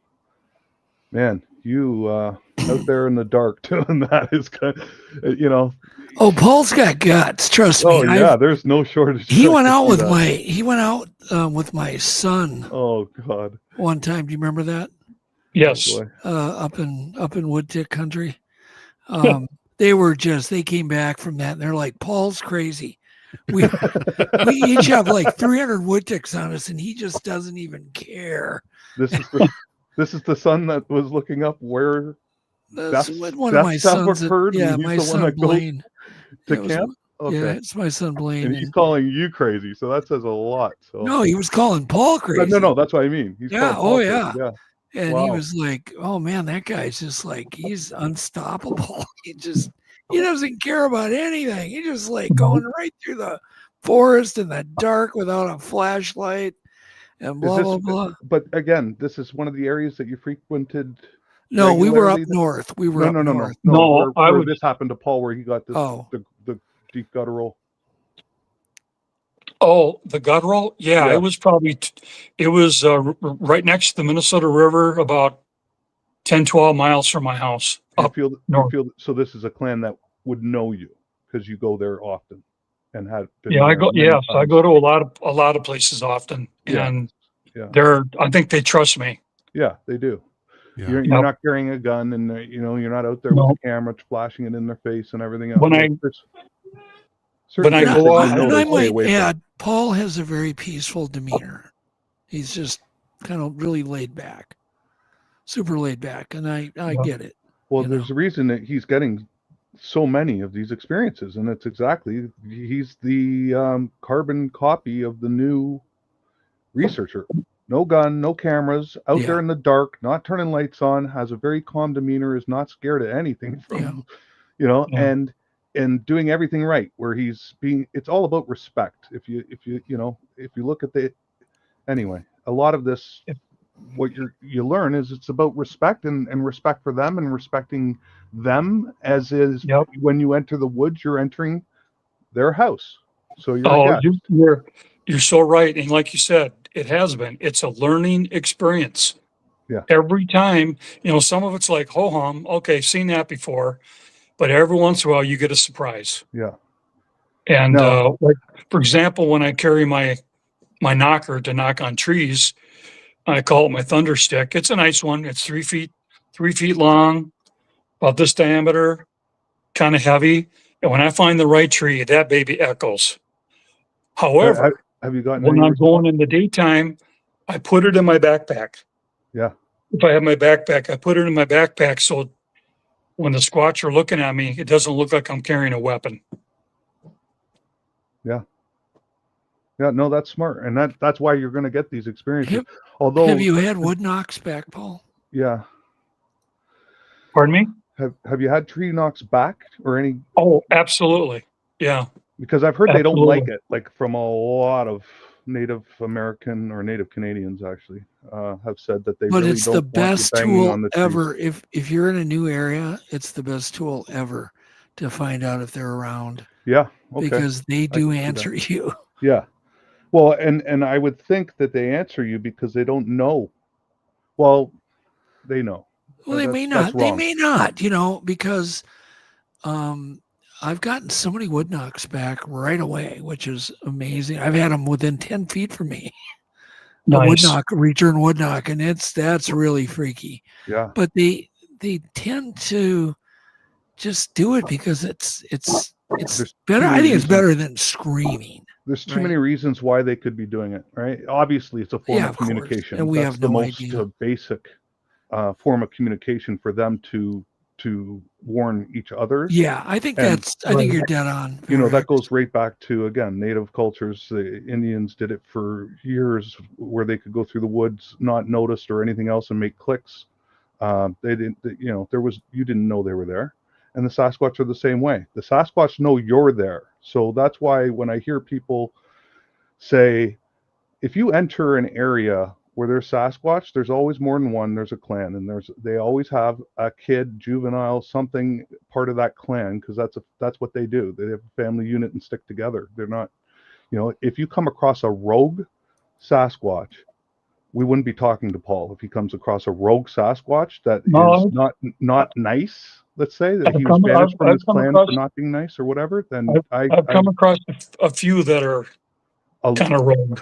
They've let me know that, and there's been sometimes where the other tribe that's here or in the area, it's almost like they're doing something to send me a signal that, hey, Paul, you better move on. Not a good time to be here. Yeah. And then it's quiet for a while. And then all of a sudden, kind of like all hell breaks loose in some ways.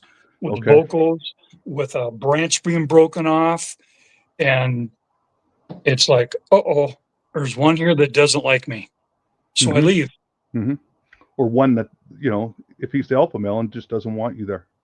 No, you know, he's not comfortable with you being there. Sure, he's out hunting a lot of the times that you are there, and it's the family unit and the, you know, the alpha females, and they don't necessarily have a problem with you because you've been going there 10 years. They know who you are and your intent and everything, but it just takes one alpha male. Here's the thing. If you study, like, this is, again, just my theories based on, I've been doing a lot of reading, and it makes a lot of sense that they have to breed, and when the juveniles get to an age where they're ready to go leave the clan and start their own family, they're then a rogue, and they have to travel to go, because they're not going to mix bloodlines and everything else, so they're going to travel. Those ones are going to, you would assume, like any animal or person or, you know, tribe, whatever, they're going to go find a suitable mate somewhere, and they're going to be on their own and have to travel to do so. Those aren't really the scary ones, but they're like in any family unit human. You can have what you would call a black sheep of the family, be banished from your family, family alien, you know, you're kicked out for whatever, disrespecting a female. Say you're in the clan, you're a juvenile, you disrespect one of the females, you hurt one of the females because you're bigger than them, whatever the case may be, and the alpha male says that's it, that's third strike or first strike, whatever their rules are, you're out. That guy's now a pissed off Sasquatch that has no home and now is out roaming. And if he gets hungry, because I don't want any misnomers, I'm sorry, I watched David Paulides 411, all the series and everything else. There's no misnomers that Sasquatch and a rogue Sasquatch that's hungry, depending on the season, comes across the easiest food for him is not chasing down a deer, not fighting a boar, breaking necks or anything. He comes across a lone Paul hiking through the bush, no one else with him, no one else around, your lunch. Like, I don't have any misnomers about that. I don't feel like they are, you know, I don't want to paint them in a picture of they're out there beasts looking to kill humans or anything else, but I think that to kind of break your story here. Sorry. I have my partner who goes with me. We just did it the other night. I tend to, purposely, I go to places where it could be a nice area for the Sasquatch to attack. I go there, and I make myself pretty vulnerable. I go there, and because I look at it and go, this is a perfect spot for them to come rushing this way, tackle a deer or pound the heck out of it with one hit, because there's a cliff right here. And those deer are going to roll down. They're going to die. The Bigfoot are going to go down and get it. And I'll deliberately go to ambush areas where Sasquatch might do it. I try to think like they do. Man, you got guts. Yeah, I'm not worried about it. Well, no, and you can't. Oh, Jeff, he does. That, right? He does have guts. That's what Mama Sasquatch, her questions were relating to, your you know, temperament and what your state of mind was and everything else is around that, because you have to. They read that. I believe that they can see our auras immediately. People on the planet walk around to see our auras. They definitely, I think they can. If they're have you ever been in a hardware store? You brush by some dude, you come near, and you get really bad vibes. I live in downtown Toronto. I get that when I leave my front door every morning. So here's the thing. Also, in the scenario of when that juvenile is old enough to leave and go find a mate, and he's now doing the trek to go find a mate, when he comes across another clan or suitable clan to, you know, he's in the bush, he's watching them, he sees a nice female there. When he approaches them, there's going to be a fight. The males of that clan that he's approaching, even though he's coming in with flowers saying, you have a beautiful daughter, she probably has a boyfriend there that's not going to be too happy that he shows up. There's going to be a fight in most cases.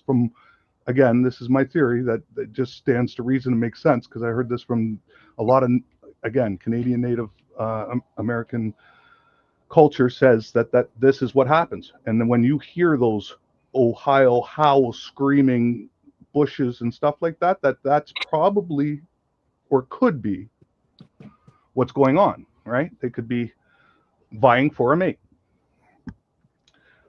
Anyway, Doug, I got one for you, Doug. I wrote it down here. I don't think you've heard this from me before, but in July of 2023, I was with my partner and we were out at a hot spot where we've had some really good luck out there. Exchanging rock throws with Sasquatch was fun. And we're out there one night. It's a place where when the Minnesota River floods, it leaves a huge pond surrounded by woods. And when the water subsided, we could get in there. They leave sandbars. And we're sitting on a sandbar on this one side of the pond. It's quiet. It's at night, late night, whatever. And I hear stuff across the pond. And every once in a while, only fish that are in there are going to be the carp that come in through the flooding. And every once in a while, it'd be a beaver slap. There was no beaver there that time. And I could hear some activity across the pond. And it kept kind of going and going. And then I heard the activity kind of be by the water. So I told my partner, I said, stay here and keep watching right there. And there's a small stick island kind of in front of us. And I said, I'm going to walk around to this side, which I did. And it wasn't a full moon, but there was enough moon to see something. And I walked around to this other side of the sandbar, and I heard more water moving, like something heavy was in there.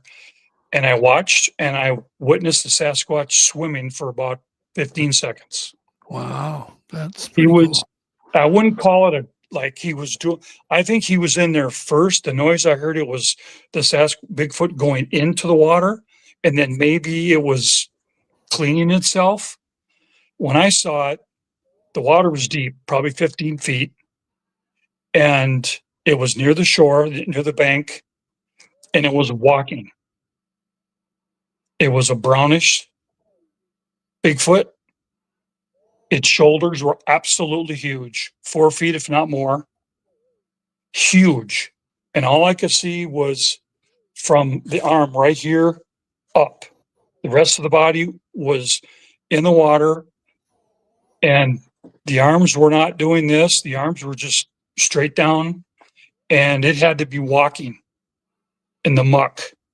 And I watched it walk. And it did have a conical head. And just before it decided to get out of the pond, it turned its head slowly, not all the way, but just a slight turn, and its right eye lit up white. And then it went up the hill on all fours, and I just stood there and stared. Oh my God. It wasn't, when it was in the water, you couldn't hear it. It was just walking perfectly. And when it climbed up the hill to go up into the woods, the body climbing up on the hill on all fours, it looked smaller than the body I saw walking. So I don't know if it had a juvenile with it that was in front of it. I don't know. But the adult body was. Sorry, when it turned and looked and you saw the white, was it looking at you? Do you think? I believe it was. It knew you were there? It just kind of, it's like, hey, Paul, how you doing? You know? Wow. Yep. Up it went. The beaver slaps, were they like slapping the top of the water, or were they more like a kaplunk, like a boulder hitting the water? It's a slap. Okay. Yep. The reason I asked that is at my cabin, that happens regularly. And I feel like they're swimming, excuse me, 10 feet from me. I'm at the fire, and after 11 o'clock, I start to hear boulders hitting the water, but it's like a kaboom thud, right? Mm-hmm. I thought it was a beaver at first, but then I'm like, it's 11 o'clock at night. Beavers, yeah, they're up and everything else, but they're not. They slap when they get spooked. There's nothing out there, and then it's continuous and continuous, and then I hear swimming, like breaststroke. Something's doing, and I can't see it at all.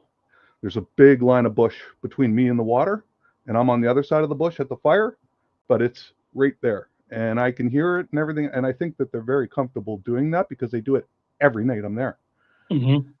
So I need some audio devices and stuff like that. And that's why I said if this show was next week, Wednesday, when I'm there, we could have did it live from the fire. But that's interesting. So anything, have you seen any orbs at all in the woods or anything? Oh, yeah. Plenty. Like glowing lights and stuff like Oh, that? yeah. What color, Paul? I've seen orbs. I've seen UFOs. Yep. I know. The color of the orbs have been blue, red, green, white, amber, yellowish. So relaxed. It's like yeah. Oh yeah. Yeah. Oh yeah. Like it's just a matter of fact, I have lots of them. Yeah. Do they freak you out at all, or have they been close or anything? No, I'm not scared of them at all. And close up? Pardon me? Have you seen the orbs close up? And I don't know that one's tied to the other, but have you witnessed any orbs and then had immediately after? Yeah, you would consider Sasquatch. I've seen him within 10 feet, 20 feet. Huh. We had years ago, my friend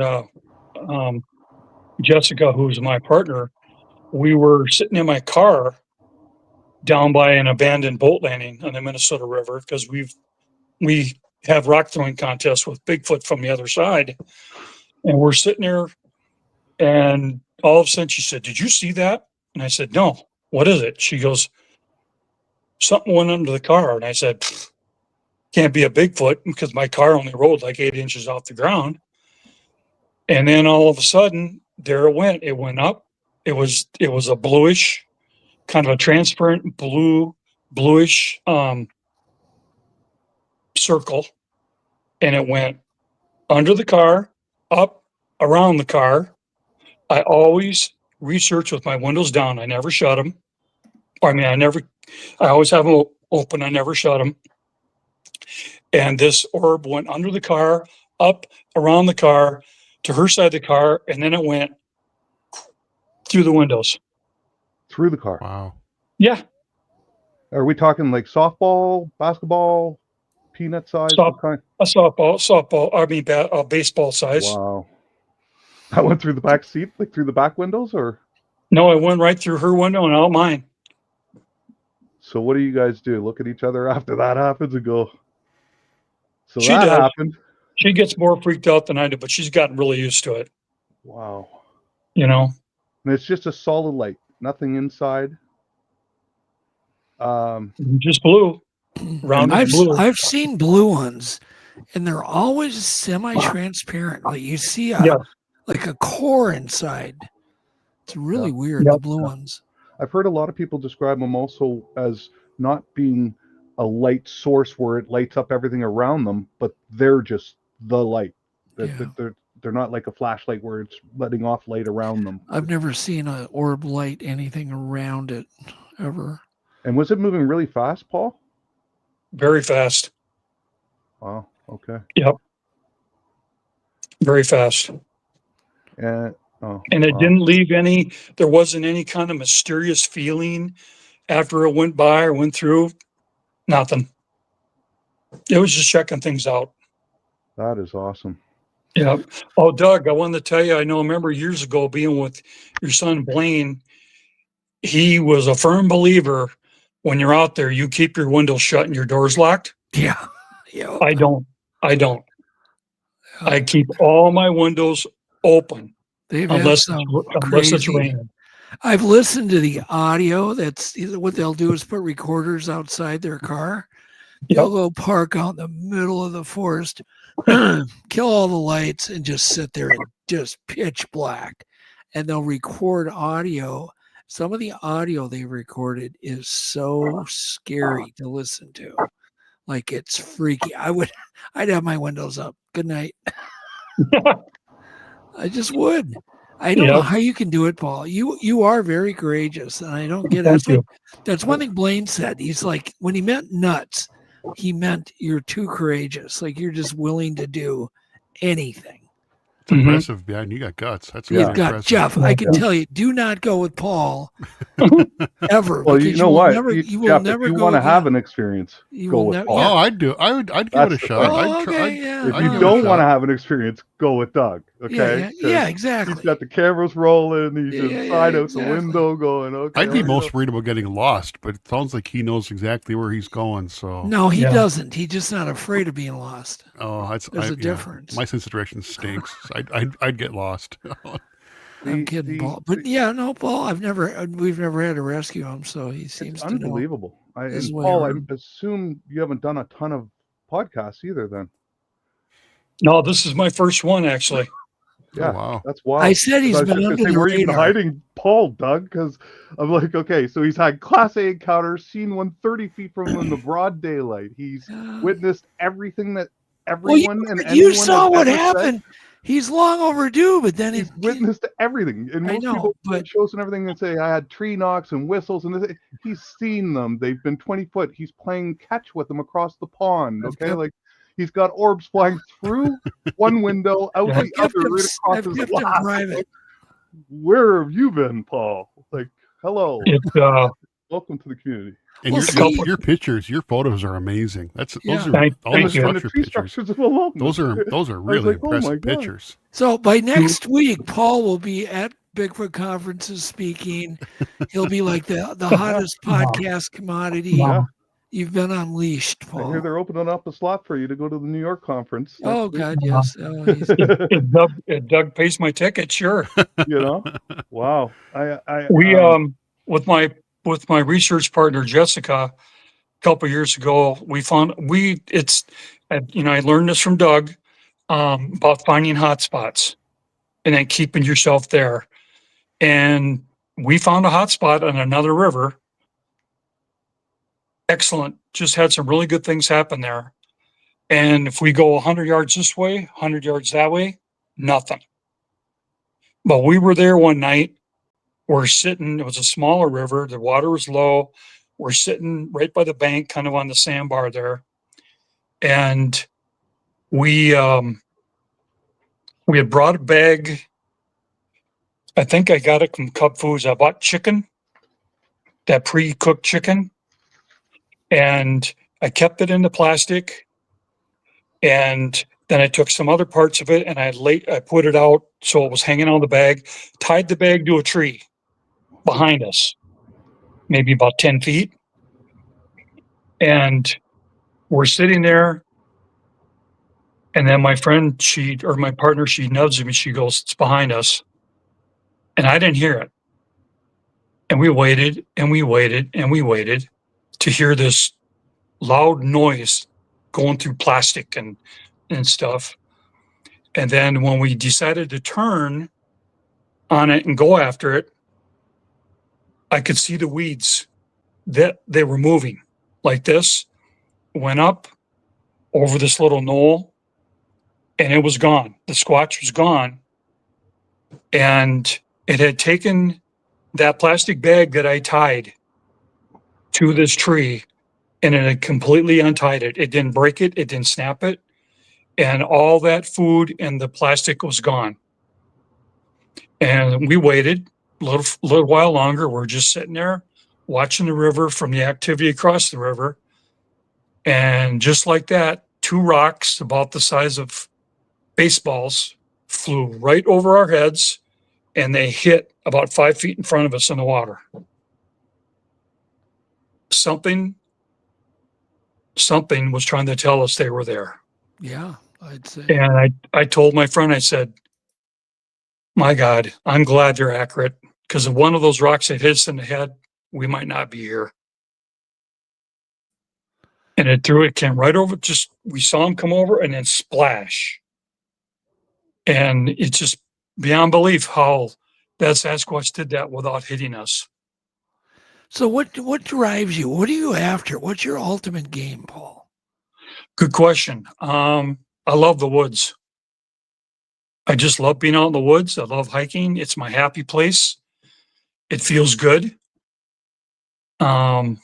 I just like it. I just like being out in the woods. And I've learned over the years, just going out where I'm like maybe tense or something for 10, 15 minutes, and I'll just stop and say, Paul, stop it. Just relax and enjoy your day. And I do that. I just go out and I don't care. If I don't see nothing, I don't hear anything, no subtle structures or big structures, that's fine. I had a good time. Was able to see the woods where most people don't get ever to see, to go out and do stuff. So do you have a goal though?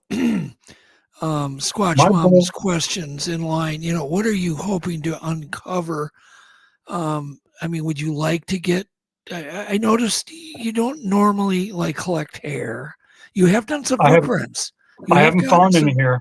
No. But you have gotten footprints. Yep. Not many. No, not many, but you have found some. Yep. That are quite interesting. I don't know if they're Bigfoot.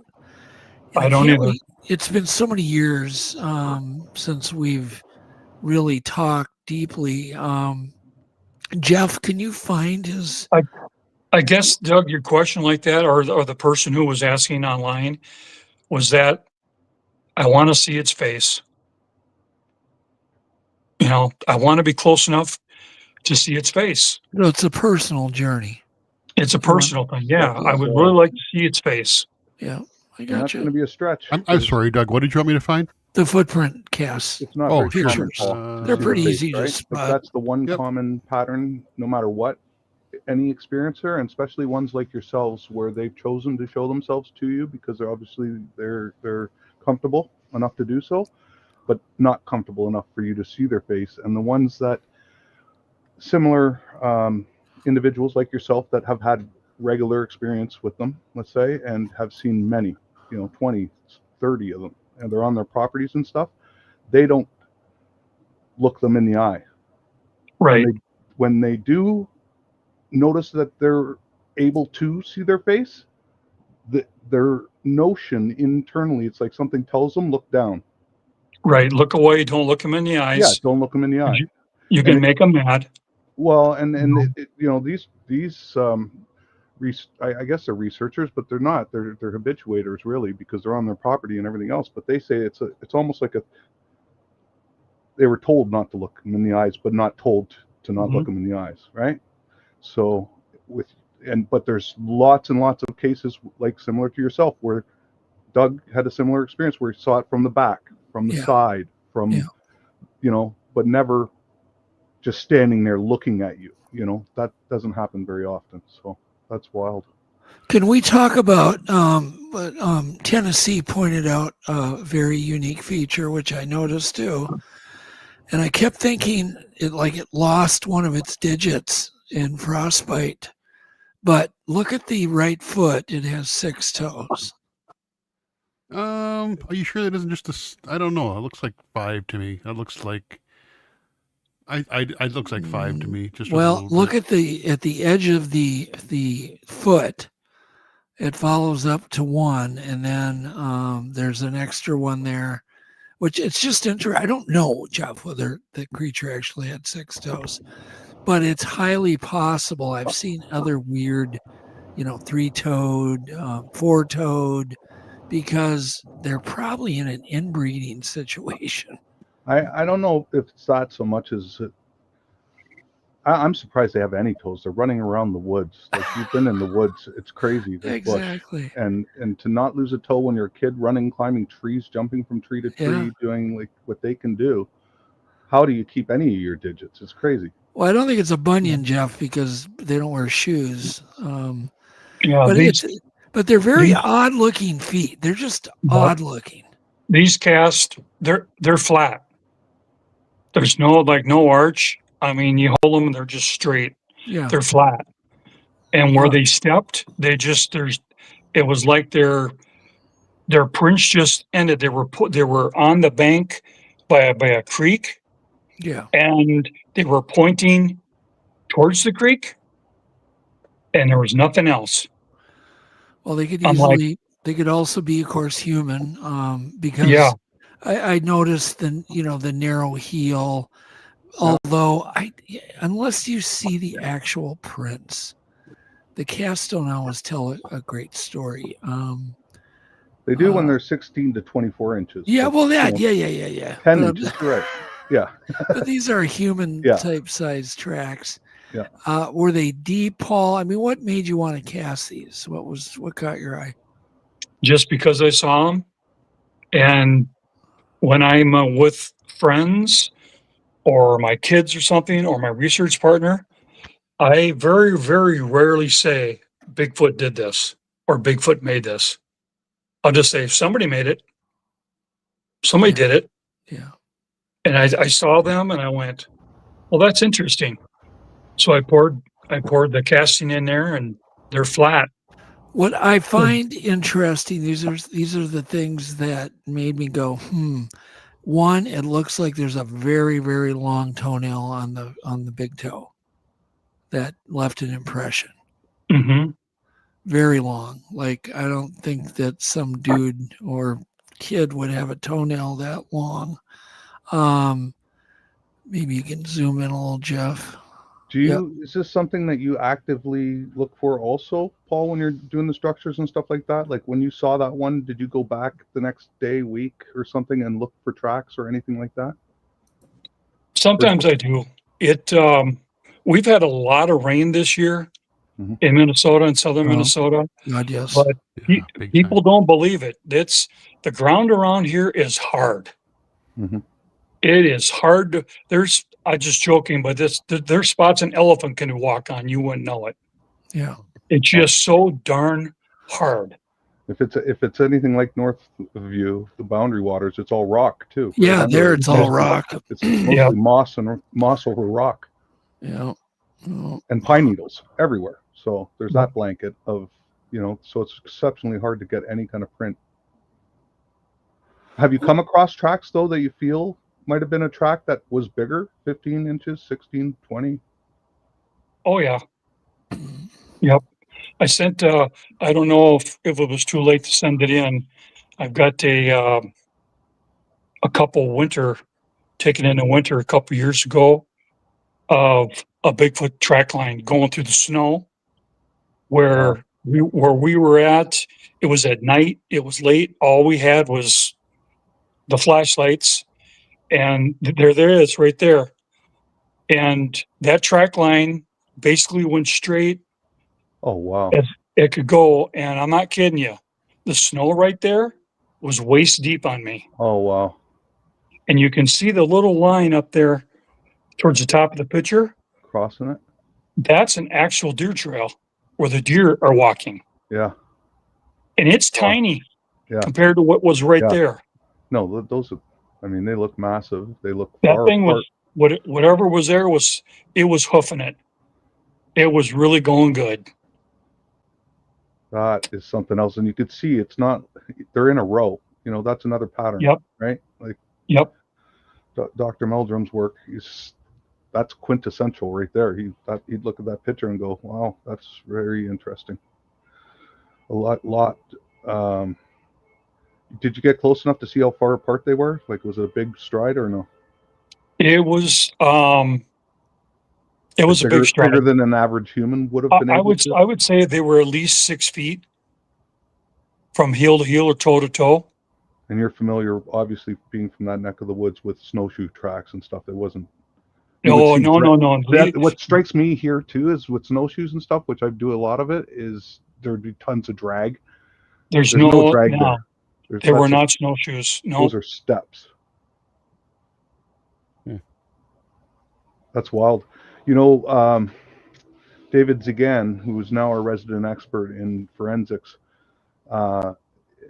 is asking individuals like yourself, Paul, before you, I don't know if you can do it before you cast the print. He feels that the forensics and what's going to move the ball forward from a science perspective, the data, is that they leave in their footprints. People aren't taking samples of the dirt, and that there could be follicles. Right. Because apparently humans shed their skin every 30 days. It's something ridiculous. Mm-hmm. We don't know what Sasquatch is. He's doing studies on bears right now, which they shed it a lot less frequent. But he's saying, wouldn't it be great if some of these researchers actually took some samples of the dirt and stuff of the footprint, because there could be hair follicles, there could be all kinds of DNA that we're missing out on before you cast it. Doug mentioned that to me a couple years ago. Okay, great. Yeah. They get up some of the, and I also, I've learned a lot from Doug. I have had to self-teach myself. And then, Doug would ask me about the dermal ridges. And I'd go, dermal ridges. And then he would explain it to me. And now it's no problem. It's like, okay. Yeah. Yep. Yeah. Yeah. And Doug put him on to David Zegan's, I forget what his Sasquatch, what his page is, but because he has a book out called Bigfoot Forensics. Yeah. And he has a step-by-step how you should he looks at it as like a crime scene, because that's what he does for a living. And not only that, I lost my train of thought. It's okay. But I mean, that word dermal ridges and stuff. The type of casting material you use is now apparently the new thing is the dental. I forget the name of it. Hydrocal. Hydrocal. Yeah. Doug would know all of that. I mean, Doug, you're a blessing, man. Can I just say that? You are a blessing to this industry, or to this field. It's just crazy. You've forgotten more than most people could learn. So to guys like Paul, right down the spectrum to an unsuspecting guy that had nothing to do or want anything to do with this subject, you're a blessing. So, and the fact, and I say that in more ways because everyone in this chat and everyone in this community at large, bar none, can pick up the phone at any point of the day and text Doug. And yeah, you may not get a response or anything else. Watch, his phone's going to blow up now, but you can send him an email, and whether it's a month, you will get an email back. Like, he's accessible, and he's always made himself willing to help. Especially individuals like me. It was traumatizing.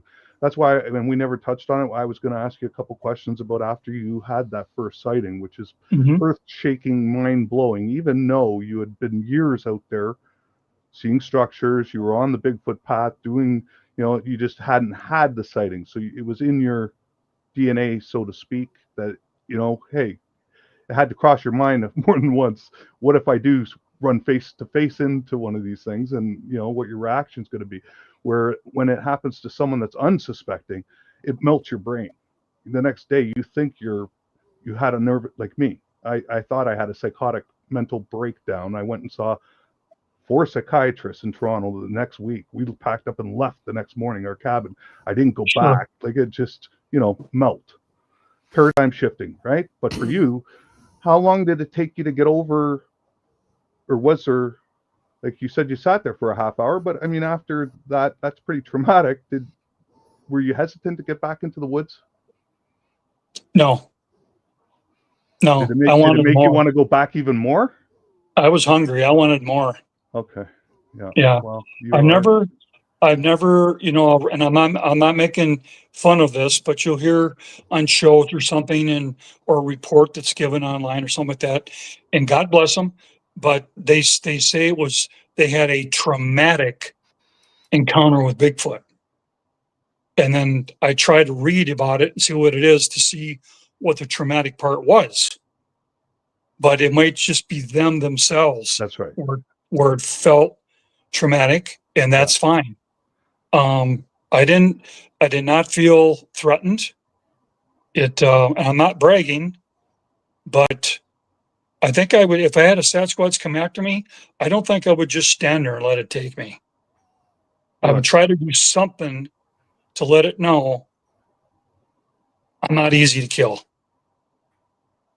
Yeah. And what it would do. I'm not bragging, because I don't want to have No. You are a unique individual, because you're not. And if I just would love, like I've told people, I said, I would just love to find some property somewhere, just sitting down during the day and just sit back against a tree and whatever, and be able to witness a Sasquatch family with juveniles. Yeah. I don't even know if I would take pictures. I would just sit there and enjoy it. And I don't think I would tell anybody, except for maybe Doug, but I would just love that, just to enjoy it, to know you're safe with me. I'm not going to hurt you. Well, I can tell you something, Paul. Out of the thousands, and I mean thousands of encounters that I've watched now since in the last year here, since what happened to me, I needed to find some answers because there were some specifics of what happened to me that I was looking for to find out if it's ever happened to anyone else and everything else. Now, in the thousands, if anyone is going to have that experience, trust me, my money is on you because you're doing everything right. Because you are a weird breed of individual in this field, let's just say, where you're not carrying a gun, you're not having your camera on your hip ready to go, or you're not trying to get pictures of them. Like, it's almost like you're in the perfect scenario of habituating them because they're used to you, because you're going back to the same areas, lots of different areas, but the same areas, and you know that there's clans there because you can see the evidence, the structures, the whistles, the tree knocks, the rock throwing. You know that, and they're now becoming used to you. They know when you're coming in and out. Personally, I think that they're in your house, but let's not go back there.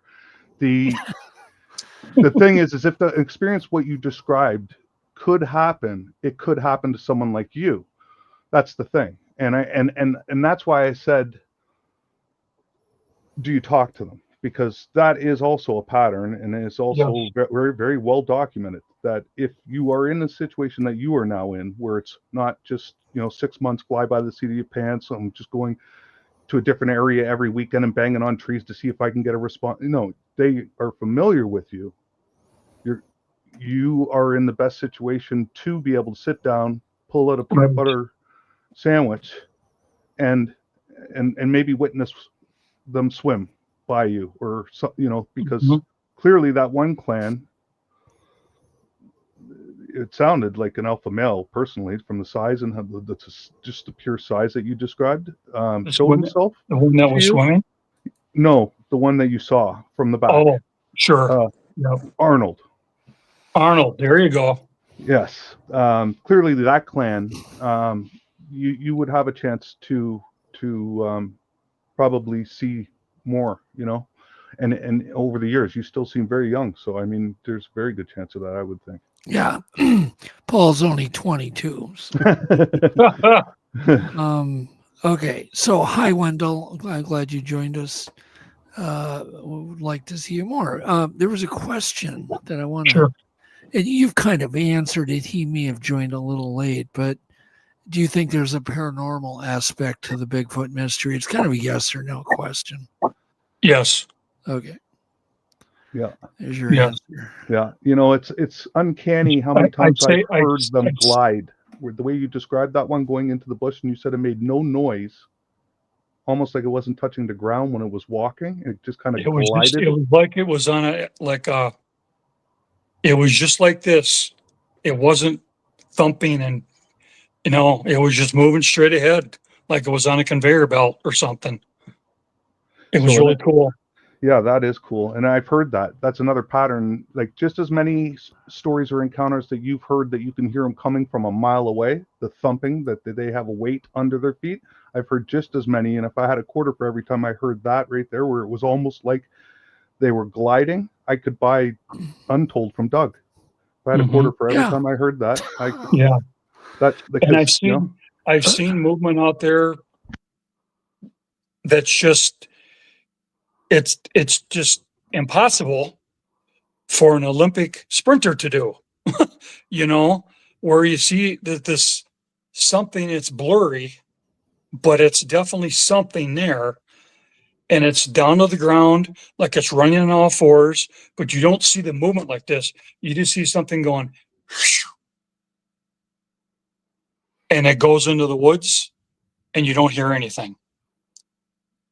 And I'm like, what was that? What's some kind of entity, or it is different. By the way, I want to cut in. This podcast will end tomorrow at noon. You guys are killing me. Sorry. No. It's fine. I have it when I get on here too. I do want to wind it up. Paul, we got to get you back on again. Yeah, you bet. For sure. Yeah. You now are not a podcast virgin. You're no longer a podcast virgin. You know what to do now. You know what to do now. Actually, it's been great. Your audio, your picture, everything's good. Great. I have 24 more questions for you, Paul. You're good at this. Oh, man. I have you're 24. I didn't want to. I host. can read Doug's face. I think I haven't missed an episode of Jeff and Doug for the last year, and that's because of what happened to me and how much help he's given me. Well, so I got to tell you, I know when I'm getting we appreciate it a little this. far and dragging. No. I was going to drag Paul into the deep weeds of the, and I can go, okay, but there are questions that everyone wants the answer to. No, you're good at it. I'm pretty sure that. Sorry? If anybody wants to contact me, go to my Facebook page. Okay, great. Where Go to did my you find that? He's the only Paul Guffey in the world. Yep. Literally. And what's weird about this tonight, I notified a lot of people that was going to be on Untold Radio tonight, and they were excited. And then all of a sudden, for the first time ever, my computer goes completely black. And it still is. It won't turn on. That's weird. It is weird. That's weird. I blame Doug for that. Yeah. Doug has a gift for that kind of stuff. Yep. So that doesn't surprise me at all, though, and that shouldn't surprise you. He has had a stack of shoes moved from his closet in one room and repiled in the room next door. You think that you can't mess with your electronics? I was on the phone the other night with my daughter, as this is a true story, and it's like 2-3 in the morning, and we're just talking Bigfoot, and all of a sudden we both hear this phone call is being recorded. Oh, weird. What? And we both were like, well, she was pretty freaked out. I'm like, what? I said, well, let's just for fun change the topic to family matters. So we did. And then we hear this weird echoey beep.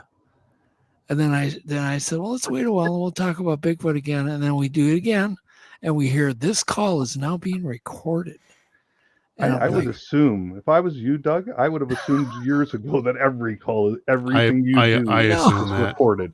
You have planes flying by regularly. If you go on a trip, they're flying by, waving at you and stuff. It's like yeah. I don't know. I just know it was a little odd. You know, it could have been a phone malfunction or who knows, but it was a little weird, right? Do you remember my very first question a year ago after what happened to me and I found your show? My very first question in chat was, after watching a couple of episodes of your show, I was like, has anyone ever vetted Doug? Could he be a government usurper that's in taking over this whole? And then that joke landed like a lead balloon. But yeah, that wasn't funny. I would assume that every one of your calls is being recorded for sure. Yeah, and who knows? You know, we don't know. We don't know the interest the government has in this topic. It's not like you're pushing kilos of stuff that's a legal substance. Right, we're not doing anything illegal. Yeah, exactly. You're actually helping yeah. people with their mental health, to be honest. All I want to do is raise the bar of the mystery a little bit and do my part and get, boost people's curiosity is kind of a great thing. It helps everybody. But I do know this, but we're all going to turn into pumpkins. Jeff's giving me the look like, no. Like my bladder's ready to explode. No, I'm good. Oh, you're What's the name of the page, Paul? Pardon me? What's the name of your page on Facebook? It's just Paul Guffey. Okay, I mention this because Paul is the most humble. He you would think by now he'd have like this glamorous Facebook page with all these Bigfoot pictures and crap. No, he's just always been a private. He does this for himself. No, he's doing it for all of the right reasons. All of the right reasons. He likes to be out in the wilderness, and if everyone was more like Paul, what a planet we'd have. Yeah. Oh my gosh. And it doesn't hurt that you're in a beautiful part of the world to do it too. Up there we have woods like that, so accessible. Every animal that you can find in North America can be found in Minnesota pretty much, other than the ones you don't want, which are in the swamps of Florida. Hello, Wendell. Paul is just a very, very humble man who does what he does. So we really do thank you, Paul, for sharing all of your pictures. And God knows, I doubt we even got through all of them. Right? No, you didn't. No, I got more. One more question. Sorry, Paul, I've learned from Doug over the years. I still do it. It's a habit. When I find a structure, sometimes I'll wait for the sun to get in the right spot for that glow or the picture. But I'll usually take anywhere from 3 to 5 shots of one structure from different angles. We got to get that catalog. Is that on your Facebook, most of those? No. I've been trying to talk him into posting everything. Yeah. You need a catalog of those structures, because it is going to come out that there are patterns all over this. David. You're on it. No, I didn't say. Did I say that? No, I didn't. You're on it. I get it. I didn't say that. Could you, Virax, would you be willing to help Paul get a website up? Yeah, absolutely. I can have it done by then. Doug, that's nice of you to say that, but I was going to come up and have you help me someday. Oh, yeah, I can. Well, okay, Doug, you help him, but I'll help you. Doug. Either way, we can definitely get that done. He does need to get his stuff Paul, up I think public. Yeah, I would love, just from a science perspective. I know you're doing it for the love of it, and you've been doing it for years for the love of it anyway. You're going to do it no matter what. But there are so many other people that can learn from what you're doing, and your temperament and everything else, and how you're doing it is just as important of what you're doing, right? And with Doug's connections, with a few of the right people, with Dave Ellis for the sound and David Zegan with the forensic, a few of the right people, you're doing it anyway. We could be pushing the ball a little bit faster forward. Like, we're not in caveman years in this field anymore, because I had to go through lots of videos and stuff. My question to you was, do you actively research this topic? Like, do you go watch podcasts yourself just to get familiar, or do you just solely pretty much rely on Doug? I have over the years. I've watched stuff, and I know you shouldn't assume, but you see people online who are whatever ages, they're acting just super tough. Oh yeah. And they're bragging that they got a 3-foot knife on the side of their leg. Yeah. And I'm like, I'll just shake my head and go, dude, you're in your backyard. Yeah. Well, and you wonder why they don't get any encounters. And right. That's the thing. And it's unfortunate, because the people that are really, really super interested, the most interested, like guys like Doug that have been in it for years and everything else, they want nothing more than to just get this outed. Like it's a real thing. People, let's get it outed and move on with the science of it now, which unfortunately, cameras aren't going to do it. They're just not. Sasquatch aren't going to allow that to happen. They're just too smart in the woods, man. It's never going to happen. You're not going to get a clear picture. You had one standing in the broad daylight, 3 o'clock in the afternoon, 30 feet in front of you. Like, and you're not unlike the people that have them run across the front of their car and everything else, that you're never going to have time to fumble to get your phone up and get that, and right. With these new phones, as great as they are in the 4K and 8K, the problem is they have autofocus on them. So when you see something in the woods and you go to take a picture of it, your phone autofocuses on something closer to you, or whatever the first thing is that it attaches itself to. You don't have that kind of time to get a picture of one of these things. And the time you zoom out and zoom back in on it, it's gone. So these phones are as great as the pictures they do take when you are steady and zoomed in, which you're never going to be. So that's not going to be it. But I do believe that there's lots of other ways. DNA, that is going to happen. And me and Vera X are going to do a 24-hour podcast marathon. All right. Sorry, Doug. We're going to do that. We're going to get in the World Book. See what of happens Records. when I get wound up? I'm shaking. I've been so nervous. I've been shaking. No, it's fine. You're good at this. We just got to start earlier. That's all. Yeah, but I think we should. We should try to do a 24-hour. I would have no problem doing that. I could do it. No problem. In fact, I still think that we should do a live check-in from the cabin. Yeah, please. You let me know, and we'll get you on live at night by the campfire, whatever. Yeah, we'll bring. I'm only there for. I'm going to go for this 10-day stint starting Monday, and then I'm going to go back at the mid-October to close it up. Oh, sweet. All right, so we're going to get you on live at the cabin. Paul is going to do the same, right, Paul? Yep. When you're out in the woods, he's going to do some live reports. Yes. I've got some other guys that want to do live reports, and I think it's going to be amazing. Yeah, that'd be a blast. So let's start doing that. Imagine being in the woods with Paul right now, and him being standing at the structure. Yeah. Oh my God, that'd be amazing. I might be going out in 20 minutes. Yeah. Good for you. That's that awesome. was a question we didn't ask. Like, do you go more at night or more in the day? Both. Both. Okay. Both. Yeah. Sometimes I'll do, over the years, I've gone out just in the morning before the sun comes up, and I'm home by 11 a.m. Sometimes I'll go at night. I'll go out till 11 p.m. if nothing's happened. I come home and I go back out in the morning at 4 a.m. Yeah. to check a place out as the sun rises. But Yeah. I do both of them. You're checking all the boxes because you're going at the times that they're the most active too. That's wild. Yeah. Yeah. You But are. that's why I take That's something else. that's why I take a lot of pictures of the structures, because they don't move. Wow. tell you what, Yeah. let Well, me- we could do easily a couple shows with Paul for sure. Oh, 'Cause yeah. I have a lot of questions. Like, we haven't even got to Say, Jeff, can you mute Verax? Okay, sorry. Just I'm hit out. his mute button. Paul, it was a pleasure meeting you. Thank you very much. Thanks, Pleasure everyone. meeting you No, too. thank love you, you guys thank all. you, Thank thank you. you, Thank you, thank Doug. you. You guys Okay, are just great. hang tight. All Hang right. on. Hang tight. Wisdom of the week, please. Yep.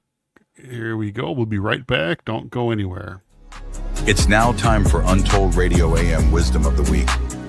Remember that growth doesn't announce itself with loud applause. It shows up quietly in the bad choices you no longer make and the good choices you steer towards. Good night. We hope to see you all next week. If you like the show tonight, please consider giving us a thumbs up, leaving a nice comment, and most of all, subscribing and hitting the bell so you will be notified when a new episode is dropping. Also, please share this episode. Now back to Doug and Jeff for our wrap. And our co-host Verax and Paul Guffey. That was a great show. Good to have you Oh, guys that here. was fun. No, you guys It did was. great. Paul, you were amazing. Yes, Thank you. absolutely. No, I You mean, author I'm now? not joking. You were amazing. Yeah. I loved it. Thank you. So good. We'll loved get having you you back here. then. Awesome, I'll say awesome everything's job, good. Paul. Thank you so much. Next time, my laptop will work. My it God. might not. Knowing me, it might not. I have a way. I totally blame Doug. Yeah, Well, anyhow, I appreciate your patience and getting me on. I really appreciate it. Glad Put to it have this you here. way. My dad taught me bad beginnings always equal great endings. So It you just worked out kind of go great. with the flow Oh, and that have worked fun. out. Yeah. it worked out So with fantastic. that, we will be back next week with another great guest, and hopefully not Verax or Paul. No, I'm joking. But I don't even know who we have on next week. Do you, I Jeff? don't remember. I don't can't remember remember anything. either. That's terrible. We're terrible. We never announce who we're having on. That's But a it'll small thing. be somebody good. But thank you so much, everybody Thank in you. chat. Man, you guys were amazing tonight. Thank you to all the moderators, and especially Minxie, who bought 5 memberships to Untold Radio Network. Kenny Hess, And too. Kenny Hess did the same thing. Kenny Hess You and guys are Minxie. just, oh my God. And it's that's so not the amazing. first time. That they've done No. it many times. They're Appreciate helping your generosity. huge. And Yeah. actually, Minxie made a comment, and I am going to miss it because everyone was saying goodbye. Their American Sasquatch, a gentleman passed away, and I went to Oh, yes. Yeah. Scott. It's from Squatch America. I did not know him. Yeah. I'm sure I would have met him at some point, but Yeah. it's So rest in peace. But apparently he was well known in the field. So rest in peace to those Yeah, who did rest know in him. peace. You know, God bless. all right. This was fun. Yeah. Thanks Good so night. much. Everybody, All right. again, if anyone wants to contact me, get a hold of me through Facebook, and we'll meet up and go out and research. Awesome. And you'll Thanks, regret everybody. it. All right. Good night. No, No. Good night, everybody. I'm joking. Time of your life. All right. Good night, guys. everyone. Take Good care, night. everyone. Good night. Yep. I call you up in the middle of the night. Been bothered by dreams, ain't feeling alright.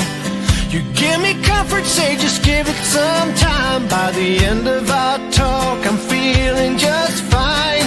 You and I will always know